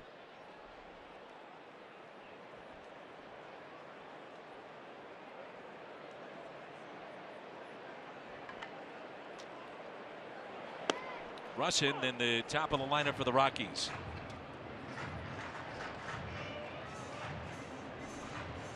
Now you see, I've been around you a little bit too much. Your thought process and what's going on in the game, and now instead of just watching the game and trying to let the people know what I'm seeing, now I'm starting to wonder why are you counting on me? Why you have the pitcher leading off right here. And now you start to go back up, and not second guessing, but now I'm starting to think along with the managers. So why you didn't double switch? You need offense. You want him to pitch more than 1 inning. You're corrupting me. Your brain, that little thing that you have in there that's always running while you're watching these games. I was curious that there was no double switch. I admit it.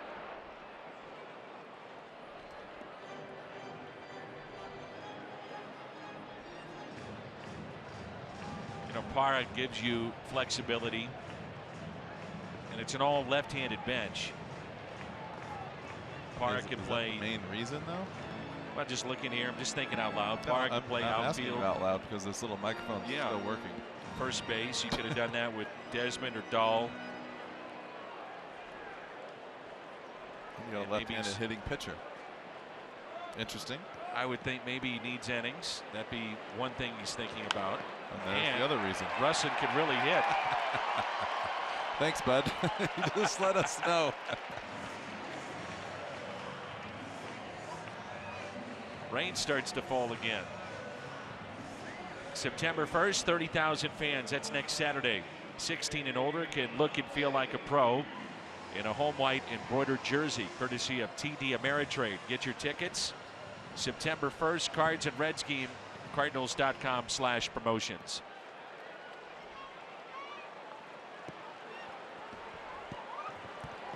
Let's see those drops. Those are those big cold drops coming out of the sky from way up high.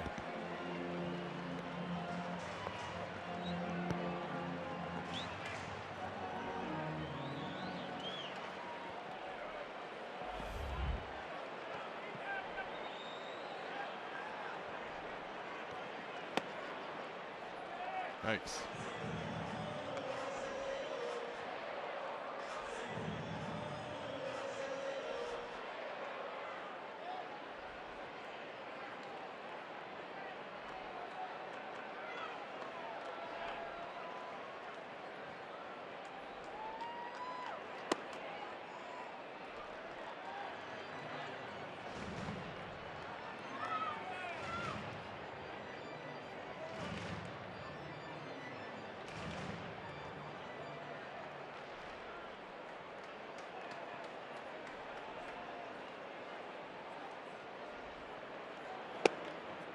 Inside corner.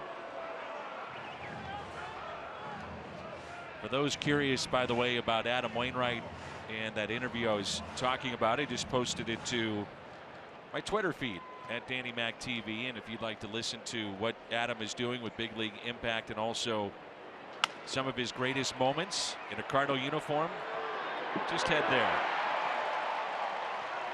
6-4-3 on the double play.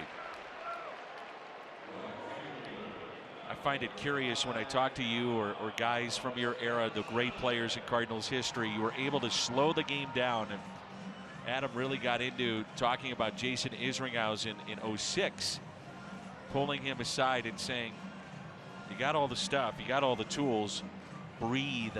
Yeah. Breathe. And he talked about that and pointing to that in that confrontation with Carlos Beltran in 06 and the game and the season on the line. Yeah, I think, and especially if you have the ball in your hand, you know, I go back to this. Hitting is so difficult, right?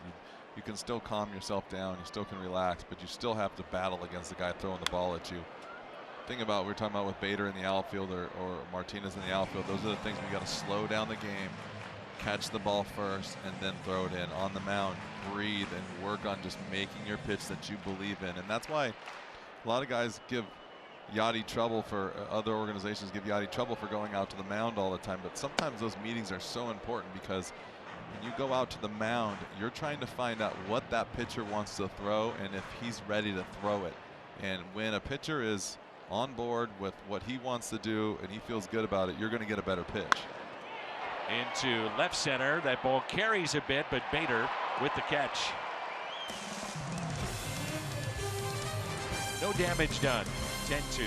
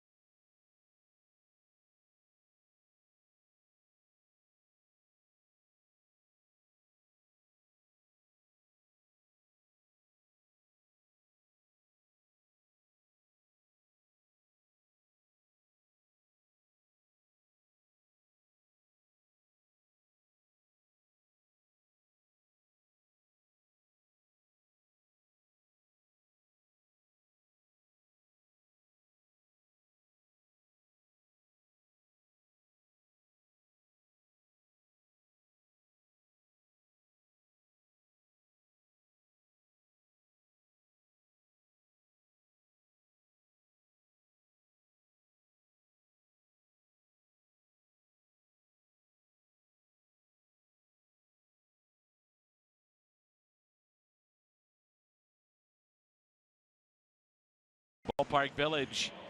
A lot of the new players will be there. First look at the Blues' third jersey. Blues icebreaker coverage tonight. The Cardinals postgame on Fox Sports Midwest.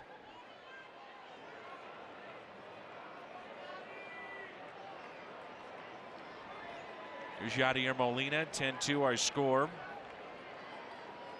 Yadi 1 for 3 with an RBI single to center and a run scored.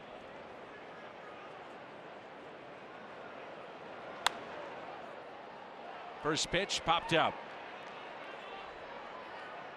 LeMahieu wants it and has it.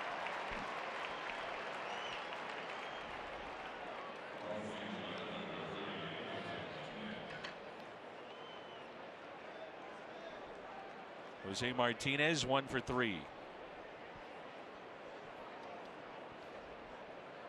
Just talking about guys that, you know, have the ability at this level, all sports, big games, season on a line, to slow it down, to be ready for those moments. You loved it. I mean, there are other guys that they got really nervous. They didn't rise to the occasion. The pressure maybe mounted.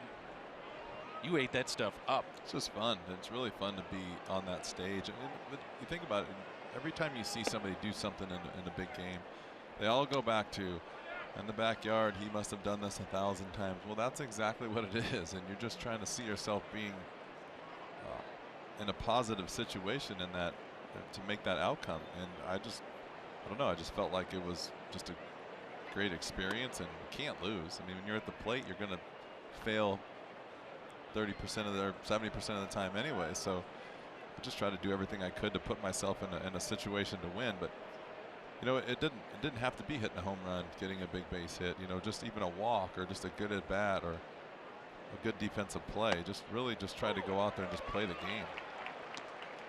I'll tell you, if you can't play though when the game's on the line and people are cheering and getting ready for a playoff push or in the playoffs, you shouldn't be playing this game, because your body does things that you can't believe.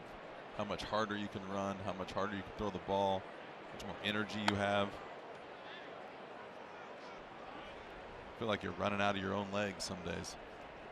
Cardinals did not take BP today. Normally they do not, at least on the field on Sundays. Trying to save guys if they can, and energy, especially here in Denver.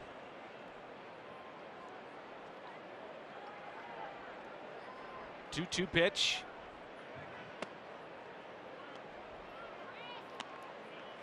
And there is such a thing as getting used to the rarefied air and competing at this level, just coming in for 3 games. I mean, sometimes players say it takes 2 days to get used to it. I thought it was interesting that found that you get more sore just doing your normal routine up here.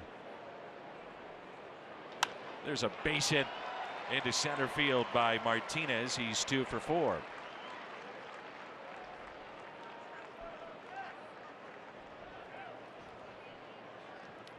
Tyler O'Neill is homered today. That was back in the first. Got things going. StatCast AI powered by AWS.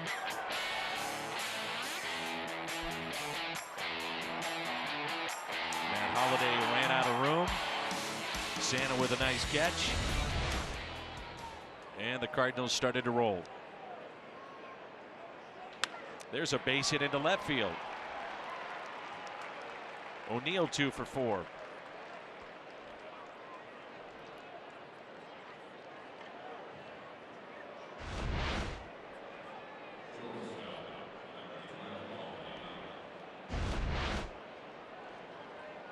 All about location. Catcher wanted the ball outside on the corner, and ball ran back right over the plate. Here's Paul DeYoung, who's 1 for 3. If this game was a little bit tighter, you may not see Russin have come in from the bullpen. This lineup was geared up for a left-handed starter. And when you have those big innings, all of a sudden things shift and change in a hurry. But with an 8-run lead, it's a different story.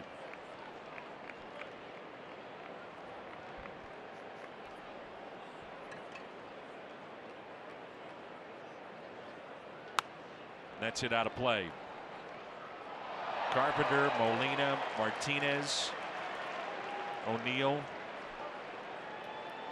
Bader, Munoz, Gomber all have driven in runs today. DeYoung 1 for 3. Jerko on deck 2 for 3. Those two have not picked up an RBI yet. And the 0-2 pitch.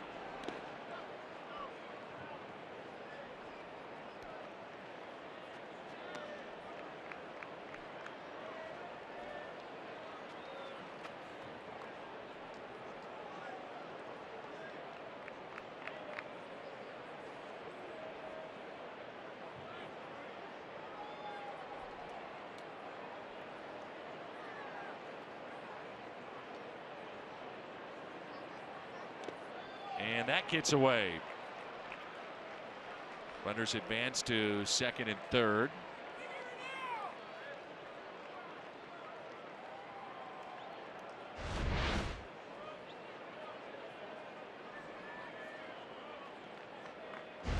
Wild pitch charge to Russin. Infield drawn in. Paul DeYoung trying to pick up an RBI, if not 1, 2.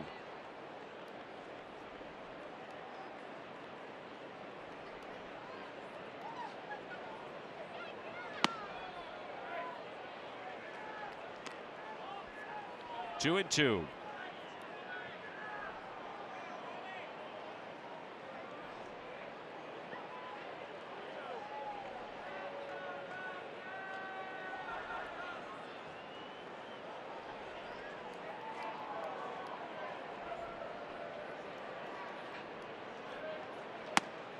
Bases loaded.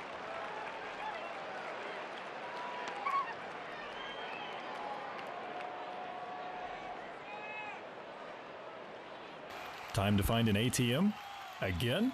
We understand. Great Southern Bank. We're fans too. Bases loaded for Jed Jerko. Single to left. Twice today. And a strike. Remember when Jim Leland was a part of the Cardinals organization, and he'd pop in and out of various cities, and he was here in Denver after he had managed, and he said worst year professionally of his life. Said it was impossible to manage here. Slept in his office. That probably didn't help. He said you never felt safe. You didn't have enough pitching. Couldn't cover games. Drove him nuts. Yeah, the old-fashioned way he used to manage didn't really compute to this crazy game up here in Denver. He was the best. That's up the middle, and a flip. LeMahieu not to the bag. Story tried to flip it to him. A run scores to make it 11-2. So now Jerko has an RBI.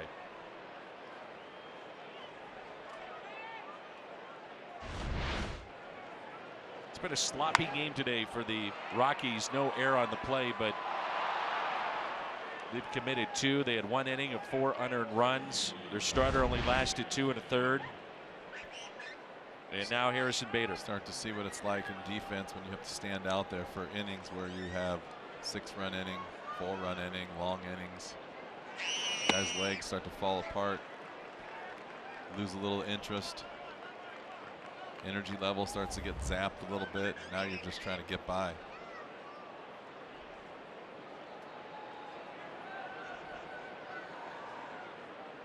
It is ruled an error on Story. Fielder's choice, E6 on the play.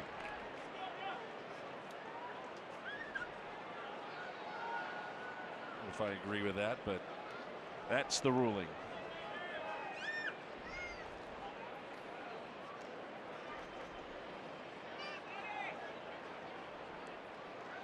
And Bader hits a fly ball out to right, backing up Gonzalez. 2 runners tag up. 1 will score. That's O'Neill. It's 12-2.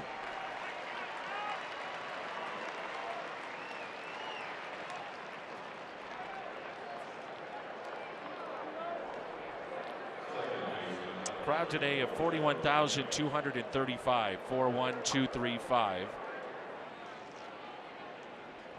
I realize it's a blowout right now, but Bader getting that ball in the air with a runner at third, less than 2 outs. It's something the Cardinals have been stressing with him. That's something that they struggled with a little bit too, and especially early in the year. And that's, we've talked about it. That's exactly what I'm talking about. You're not trying to hit a ball in the left center field gap. You're not trying to overswing. You're just trying to flip a little fly ball deep enough to score the run, and that was perfect. So the Cardinals tack on 2 more. And a big lead here in Denver.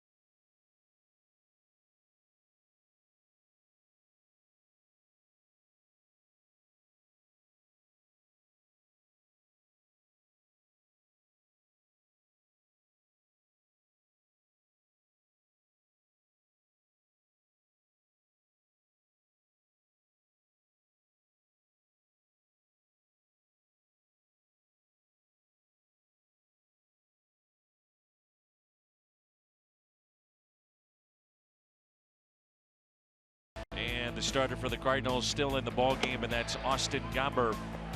He's done a nice job. He has struck out 6 through 5 innings, allowed 5 hits, a couple of runs. T-Mobile built for baseball. We've had big crowds this weekend. Biggest was last night, over 47,000. But in the 3 games, 132,000. Rockies and the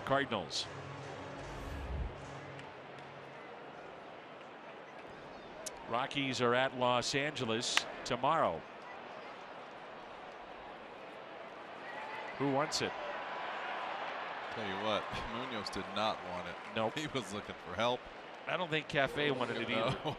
Carlos Martinez didn't want to have nothing to do with it either. I see Martinez maybe looking into the sun. Thank God for the center fielder, huh? That's a double. Everybody looking. Jeez. Where's Bader? Everyone's looking at someone else. Get me Bader in here. Martinez was pretending like he didn't see it, so he didn't have to catch it. I didn't see it. I didn't see it. Trevor's story. I've been out there with a few guys that are like, where were you? I didn't see it off the bat real well. Yeah, sure. Uh-huh.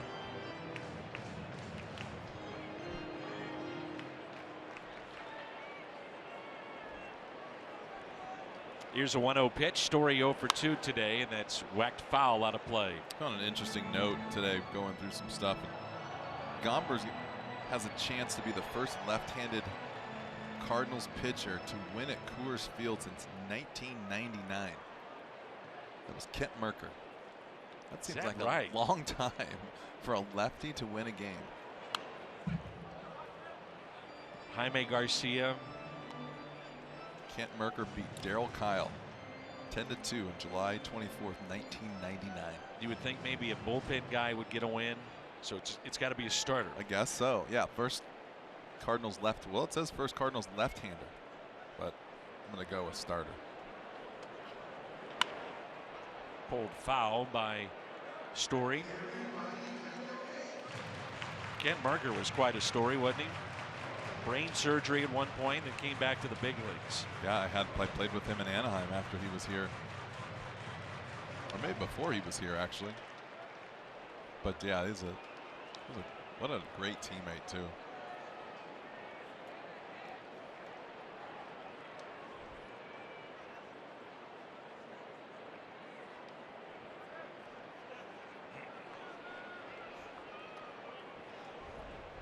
One and two the count.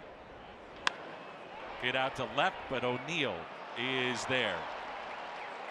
Little smile on his face. The sinking liner. Whatever it takes. What do you always say, Jimmy? Just catch it. Just catch it. Just catch it.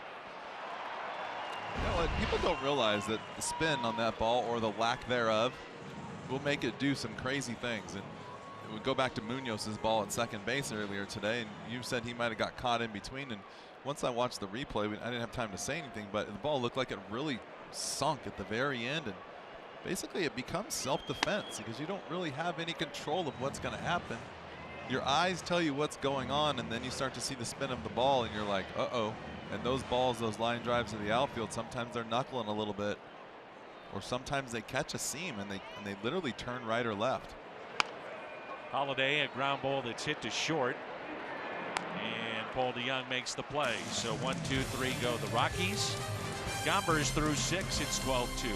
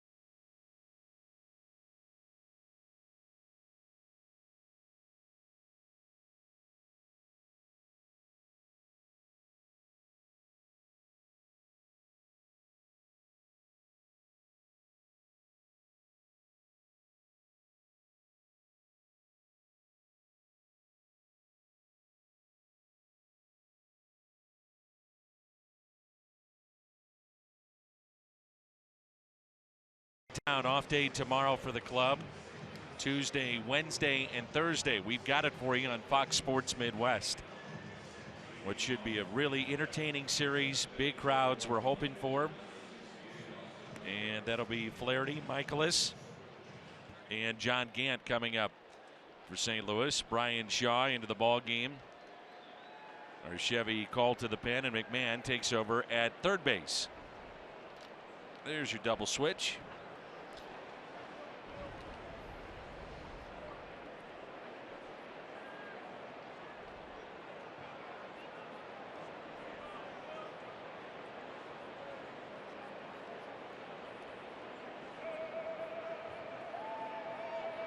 Gomber at 87 pitches, so still in the ball game. Couldn't ask for anything better there. How many times do you think this year one of our pitchers has got 4 at-bats in a game? Especially with the way Mike Shield has handled his bullpen. You know, it's a young starting staff, so the leash on some guys a little bit shorter than maybe than others. And he's got options to give him multiple innings out of the pen. Tyson Ross starts to throw in the Cardinal bullpen. That is one big man, by the way. I haven't seen him up close yet, but I was watching the other day and I was like, holy moly. It's a big dude. Gomber to short. Trevor Story with the play.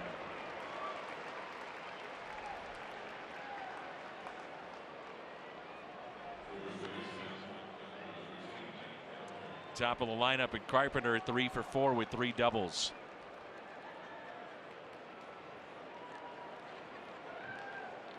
Find this hard to believe, but first career game with 3 doubles for Carpenter, who's been a doubles machine, in which he had 55 one year.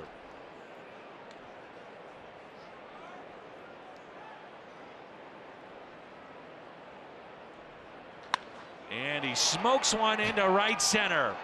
And that ball is off the wall. It's another double for Carpenter, his 4th of the day.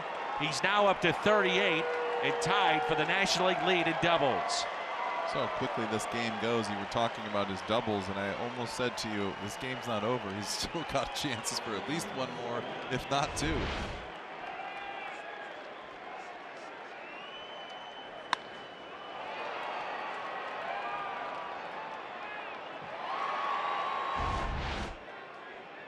By the way, they've changed the ruling on the Jerko fielder's choice, and it's a play I did not agree with initially on the ruling, well, so it's ruled to a hit. They heard you. Yeah. And for those of you who are scoring at home,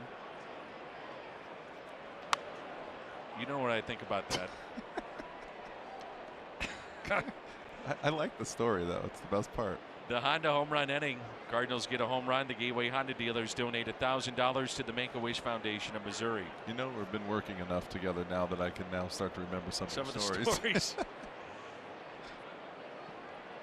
I mean, I got lit up. What'd you say? For those of you who are scoring at home, which I said, well, you know, the play is ruled, whatever. For those of you scoring at home, I'm not sure why you would, but just in case. And I mean piles of letters coming in with scorecards. Hopefully that was before Twitter and everything else, before you really would get killed. I mean, people were mad. There you go, Roddy. Base hit into left. Carpenter stops at third.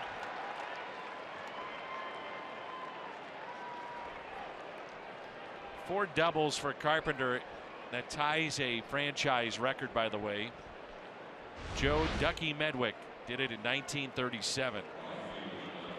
It's a good swing by Yachty right there. Ball's down, slider, and he really needed that hit. He's been frustrated today. He's got some pitches to hit and hadn't done what he wanted to do with them. Cardinals now 15 hits.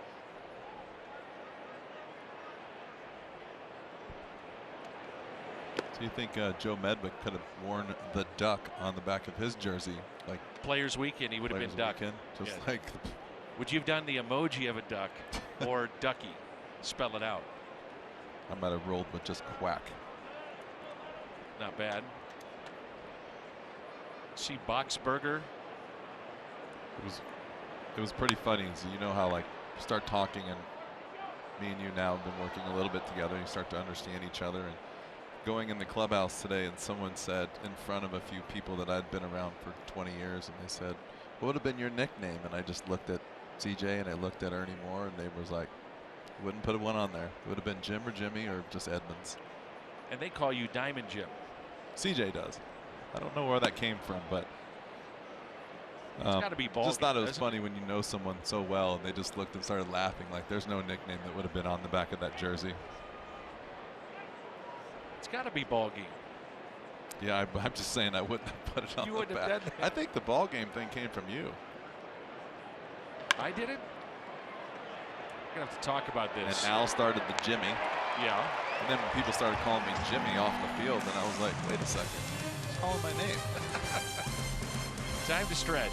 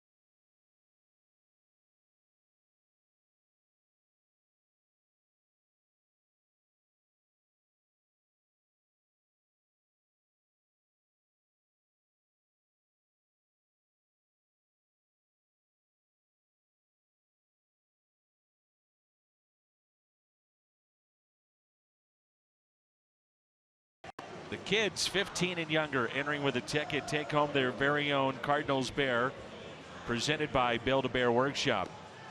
Come see for yourself. Tickets at cardinals.com/promotions. Tyson Ross, the new pitcher in.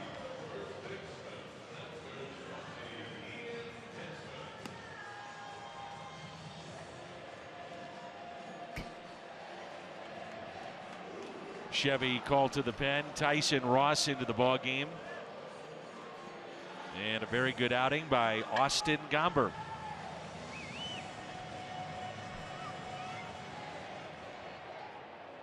So I started calling you ball game, huh? I think so. I don't know where it came from. You know what, though? To be honest with you, I really only hear it out of the media, like sometimes the truck, but you know where I hear it that's funny, because you know who says it the most is the cat.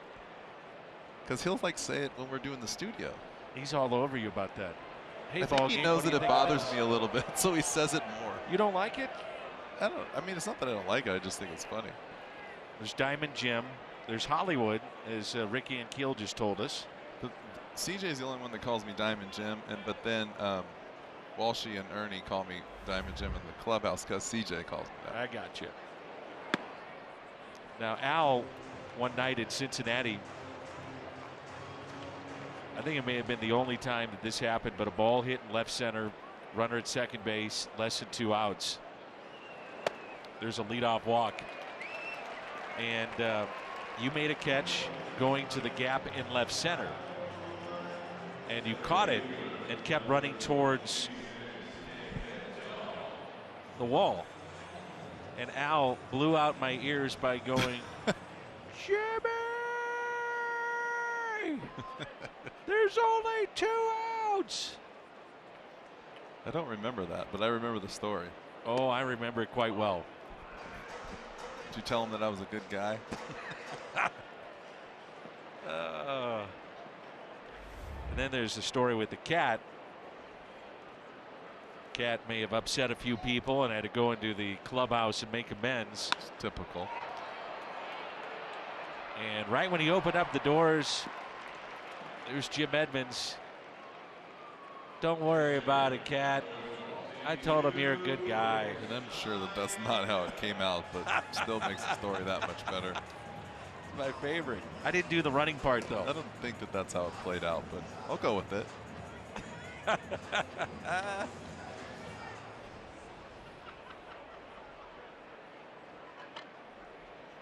Jimmy! Well, I like that he was still a fan.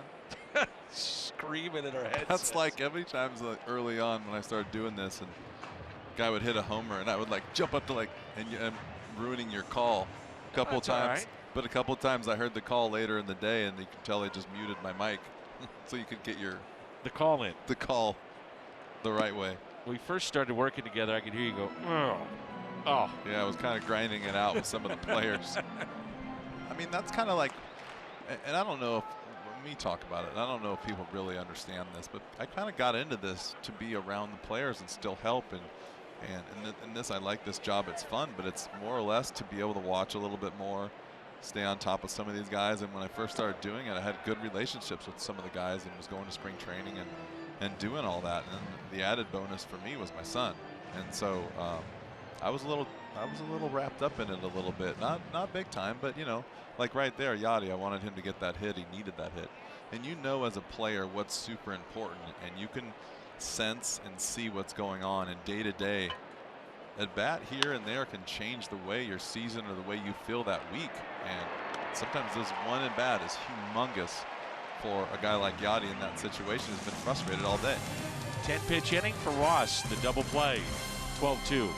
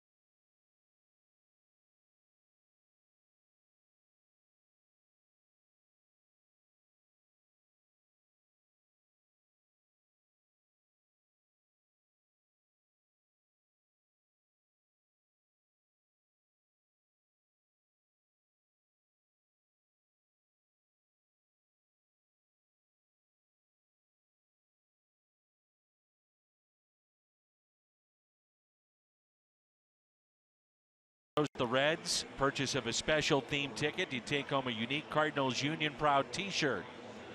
Tickets at $20.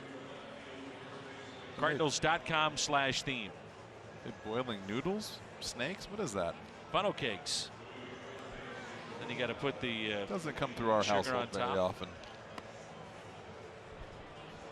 I need to go and sit and watch a game and enjoy it one time. Find a place where I can hide out. I'm going to have to say it won't be in St. Louis. No, you would not be able to do it go on there. the road somewhere and kind of just sit there with the hat on. I get that disguise you're always talking about. You're talking about with Mike New Shield? York. No, yeah, but Bobby Valentine. Bobby Valentine's disguise. Sit in the stands and watch a game. Mike said he was all for it. I said, sure. I don't think there's much he's not for. I think that's the best part about talking to him.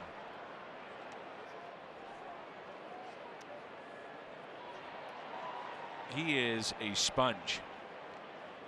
That was told to me before Mike got the job and is the interim manager from Tony La Russa. Well, you know what's interesting to me is, he's been in the big league. I don't know, is this his first year or second year in the big leagues? I think it's his second, right? As a coach up here, and you just think, oh, he's just an interim manager. He's only been up here a couple years, but you forget that it doesn't really matter what level you've been managing at. And he's been managing, and it's the same game. Yeah. You're managing young kids or you're managing older kids, whatever it is.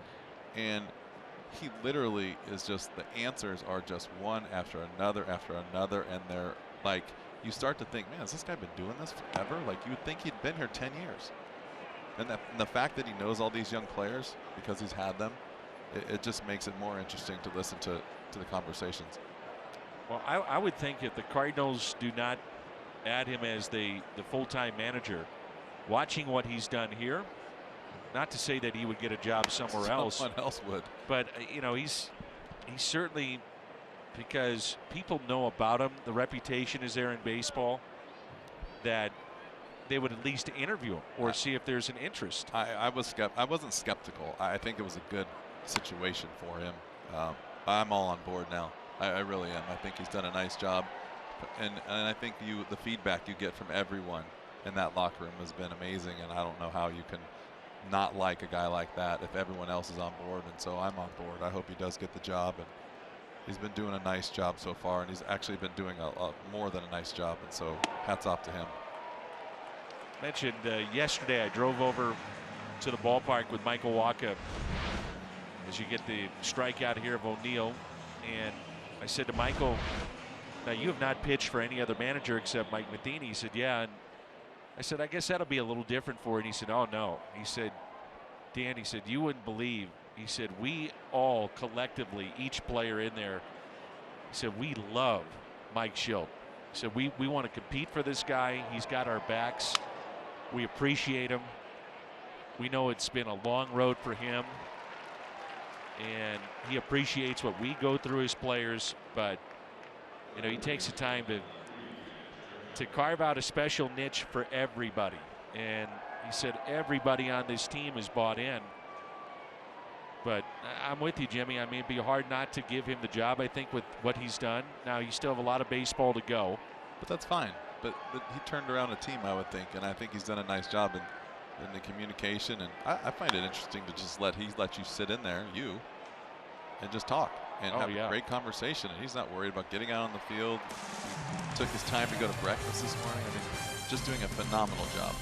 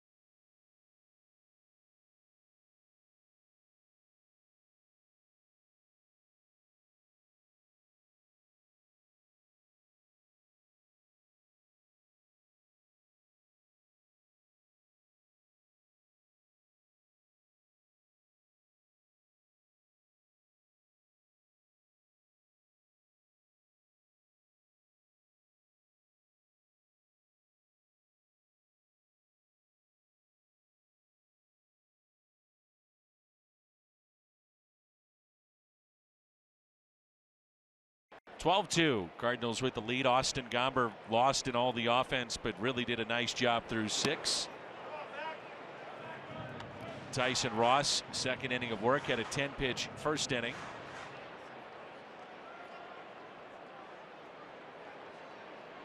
New catcher Francisco Pena. You watch Ross throw, he's such a big guy, and you always hear the term free and easy. That's the case here with Tyson Ross.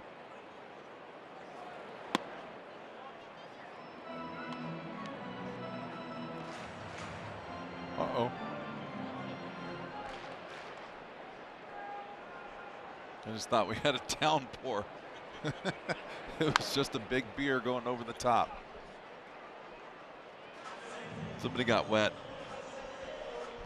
I'll tell you, this is the best seat in the house. Nice and relaxing. Call a game. You know how much I love the foul balls going in the stands. People flipping over seats. Out to center. Look at that ball carry all the way to Bader. Wow. The same thing I was talking about earlier. You watch how far these balls carry when they're hit. They sound loud off the bat, but you can tell that they're just not really hit, but the line drive just doesn't come down. And just trying to get your attention when we were having a conversation, but the last inning was, I think, DeYoung's jam shot literally ended up in normal depth center field, and it shattered his bat. It's crazy to watch, to get used to watching that over and over and over.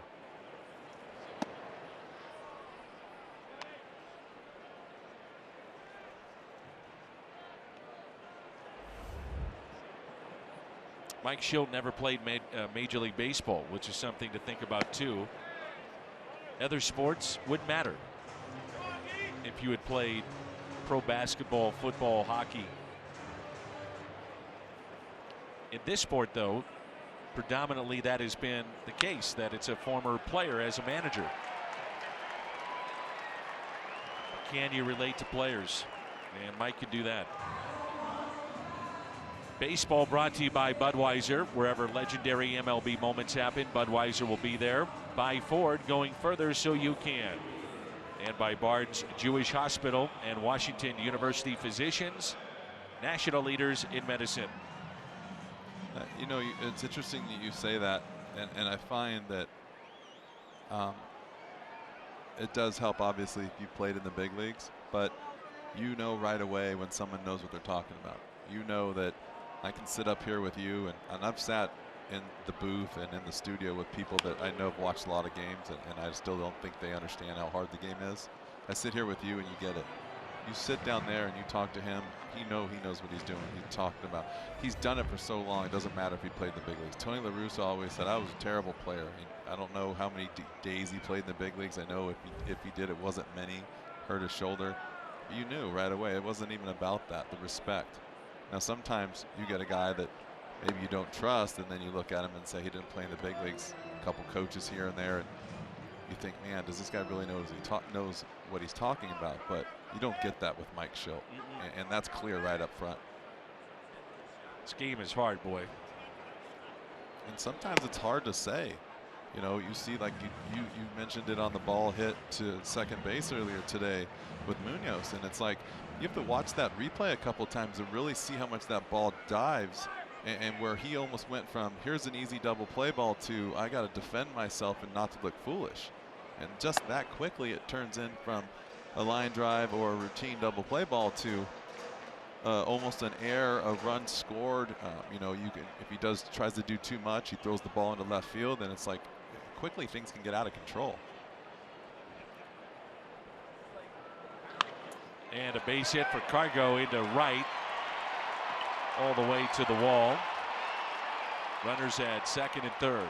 It's guys like Carlos Gonzalez who make this game look so easy. They sure do. It's anything but. Take a look at this swing. I mean, he's just got one of the nicest swings in the game. And he can get cold, but when he's hot, man, look out. Well, the thing I find, Jimmy, is that if you make one false step at the major league level, and I'm bringing up an outfielder because of that's your background. One false step, you're beat. and the speed of this game, as hard as these guys are hitting the ball now, not to say that they didn't before, but ball jumps off their bat. Bats are harder, balls are harder as far as at the plate. You just have a great appreciation for how hard the game is. From a pitching perspective, they're barely off the plate. Guys don't chase. Carpenter to Ross and gets the out. And I also think it makes you appreciate when you see guys that are really good, or now our era, now this era, go backwards, that people don't really understand how good a guy like Ozzie Smith was, or you always talk about how great Keith Hernandez was at first base. I never got to see it. I watched the tail end of his career. You know, people don't appreciate maybe how hard Mike Matheny worked behind the plate when you played. Guys like that, just Ozzie Smith, obviously the top of the best shortstops that ever played this game, but I never really, I mean, I saw it, but I was young and I just didn't appreciate it. And now when you watch it and see the things that he did, it's amazing. And yet now you realize when you see somebody that's really good, you're watching a Harrison Bader kind of get his feet wet in this league, and it's like, okay, I might be watching something great here. You don't know, but it is fun to watch. 0-1 pitch. I say it all the time. I think we took the teams that you were a part of defensively for granted. Roland, yourself, Renteria, Vina, you mentioned Mike Matheny. Maybe none better at blocking balls than Mike. Took pride in that. Larry Walker, Reggie Sanders, Albert Pujols in his prime as a defensive player was magnificent. And the funny thing too is you just mentioned a handful of guys, and every one of those guys made them so unique. They're great teammates and they were great winners. They wanted to win no matter what. You know, Larry Walker, I still think obviously belongs in the Hall of Fame. One of the best players I've ever played against with all 5 tools. He'd do anything to win, to beat you. Talk about the time when he was in spring training when the ball bounced in the dirt, he swung at a bad pitch and the catcher kind of limped over and picked it up and just threw it around the bases because he started to walk back to the dugout. He ran to first, ended up being on first base in a spring training game. He would do anything to beat you, and those guys played together as a team and helped each other, and just that's what made them so great.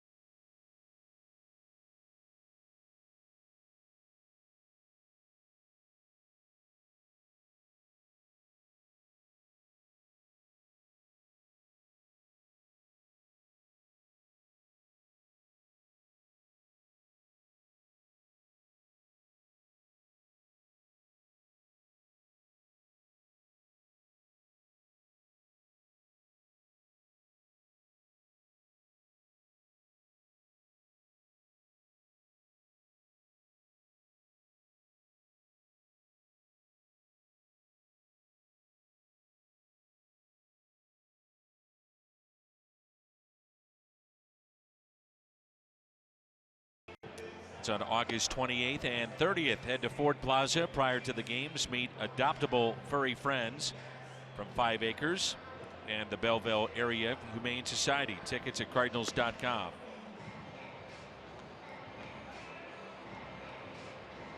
I got a couple of dogs, Jimmy. I also have a cat.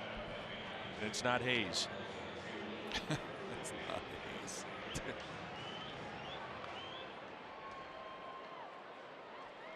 Jake McGee now pitching.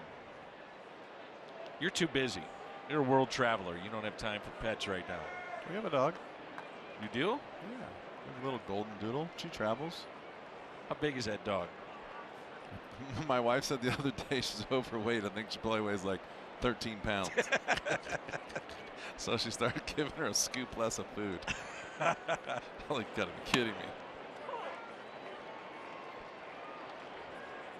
Harrison Bader at the plate. I got a couple of rescues. I think that's amazing. I just don't. We don't have time for it. I wish we did. I really do. Golden retrievers. Amazing dogs. The best. You know what? My wife is traveling and working and doing things too. So we would have to hire another person to help us out with the animals as well as the kids. Check swing, and it's 1-2.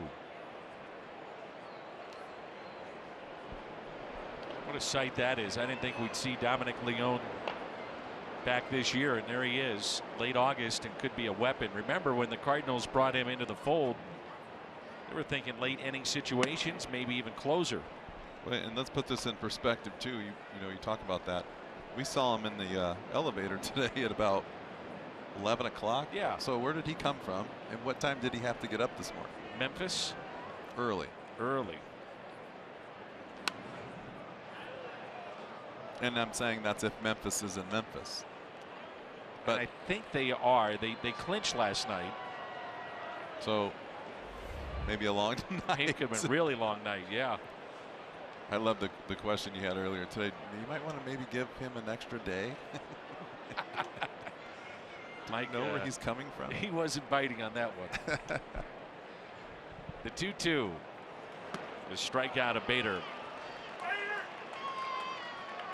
Well, you hit something on the head that is important in the game of baseball, where you could go against the book, and Mike Schilt did that the other day. For instance, Yasmani Grandal has 21 home runs, 19 of which are from one side of the plate, and he brought in Carlos Martinez to face Grandal in a dangerous spot late, and that was the side of the plate that he had the 19 home runs with. And we went and talked to Mike about it. He said, look, I know the numbers. I know what they say. He said, but I liked my guy with a changeup in that spot. I would like that my guy with it. My guy was Carlos Martinez, and you could get him fired up. I'd like him in any spot. But you're right. He had a great answer for everyone, and it worked out. And that's one thing that George Kissel, in his book, all those teachings have been handed down to Pop Warner and Mike Schilt and some of the others, but Tony La Russa always talked about it as well. As Matt Adams will pinch hit, you can do those kind of things. You can go against the book and go against the grain, but just have an answer as to why you're doing it.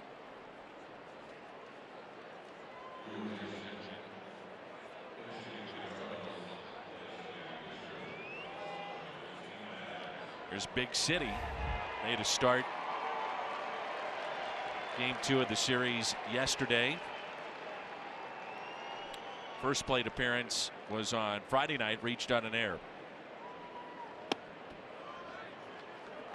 I'm sure he's looking forward to that plane ride back home to St. Louis, where he keeps an off-season home. Sleep in his own bed. I'm looking forward to it too.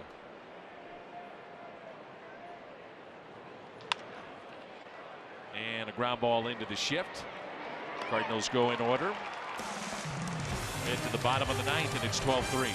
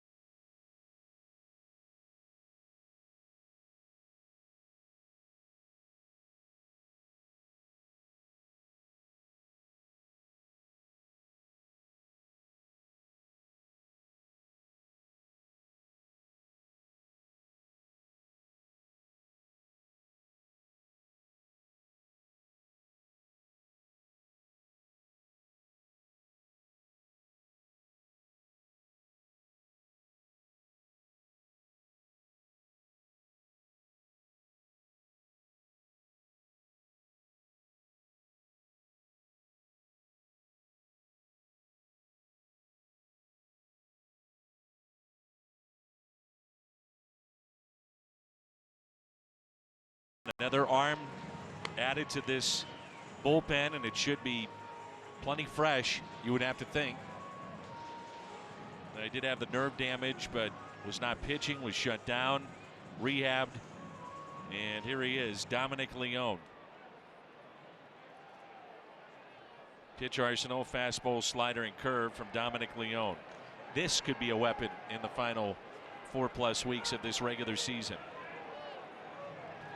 Seems like an eternity ago that we saw him. Here's Matt Holliday back for the Rockies. First pitch to him. A fastball at 95. Think of some of the weapons now at the disposal of Mike Schild. Martinez, Norris, Hudson, Hicks, Dominic Leone. Be a dominant bullpen potentially. Yep, you're 5 games away from getting more. What do you always say, Jimmy? You never know, and just catch it. Just catch it. I'm telling you, this ball has to knuckle. Oh, yeah. I had a ball one time hit at me in Baltimore. Lee Smith was pitching, and it was a line drive to end the game. Like, I think it was off Cal Ripken Jr. And it was a line drive head high that I had to run in the gap and catch it. And right as I got to it, I noticed it was 2-seam spinning like a fastball, and it started breaking back towards center field on my dead sprint run. And I had to stop and stick out my hand and jump backwards to catch it. It moved 10 feet in the last 20 or 30 feet of flight. No, your teammates are saying, what are you doing? Yep, no, it was a little bit more aggressive than that. Yeah, especially back in the 90s. Uh-huh. Get after a little bit more in that regard. Yeah. But you just never know. I'm telling you, it is like, sometimes it looks routine all the time out there, but sometimes it's not. Cardinals an out away from taking 5 of 7 against the Rockies, and this pitch hit in the air. Martinez under it. 9 consecutive series wins for the Cardinals. They take game 3, 12-3. And what a nice little 9th inning for Dominic Leone, too. Welcome back to the big leagues, healthy. Great series for the Cardinals, especially after having that 8th inning yesterday, and nothing but positives going from here on out. What a road trip for the Cardinals, taking 5 of 6. Matt Carpenter with our Budweiser plays of the game. 4 doubles to tie a single game record. He had 3 in the first 3 innings. 4 doubles, he's now up to 38.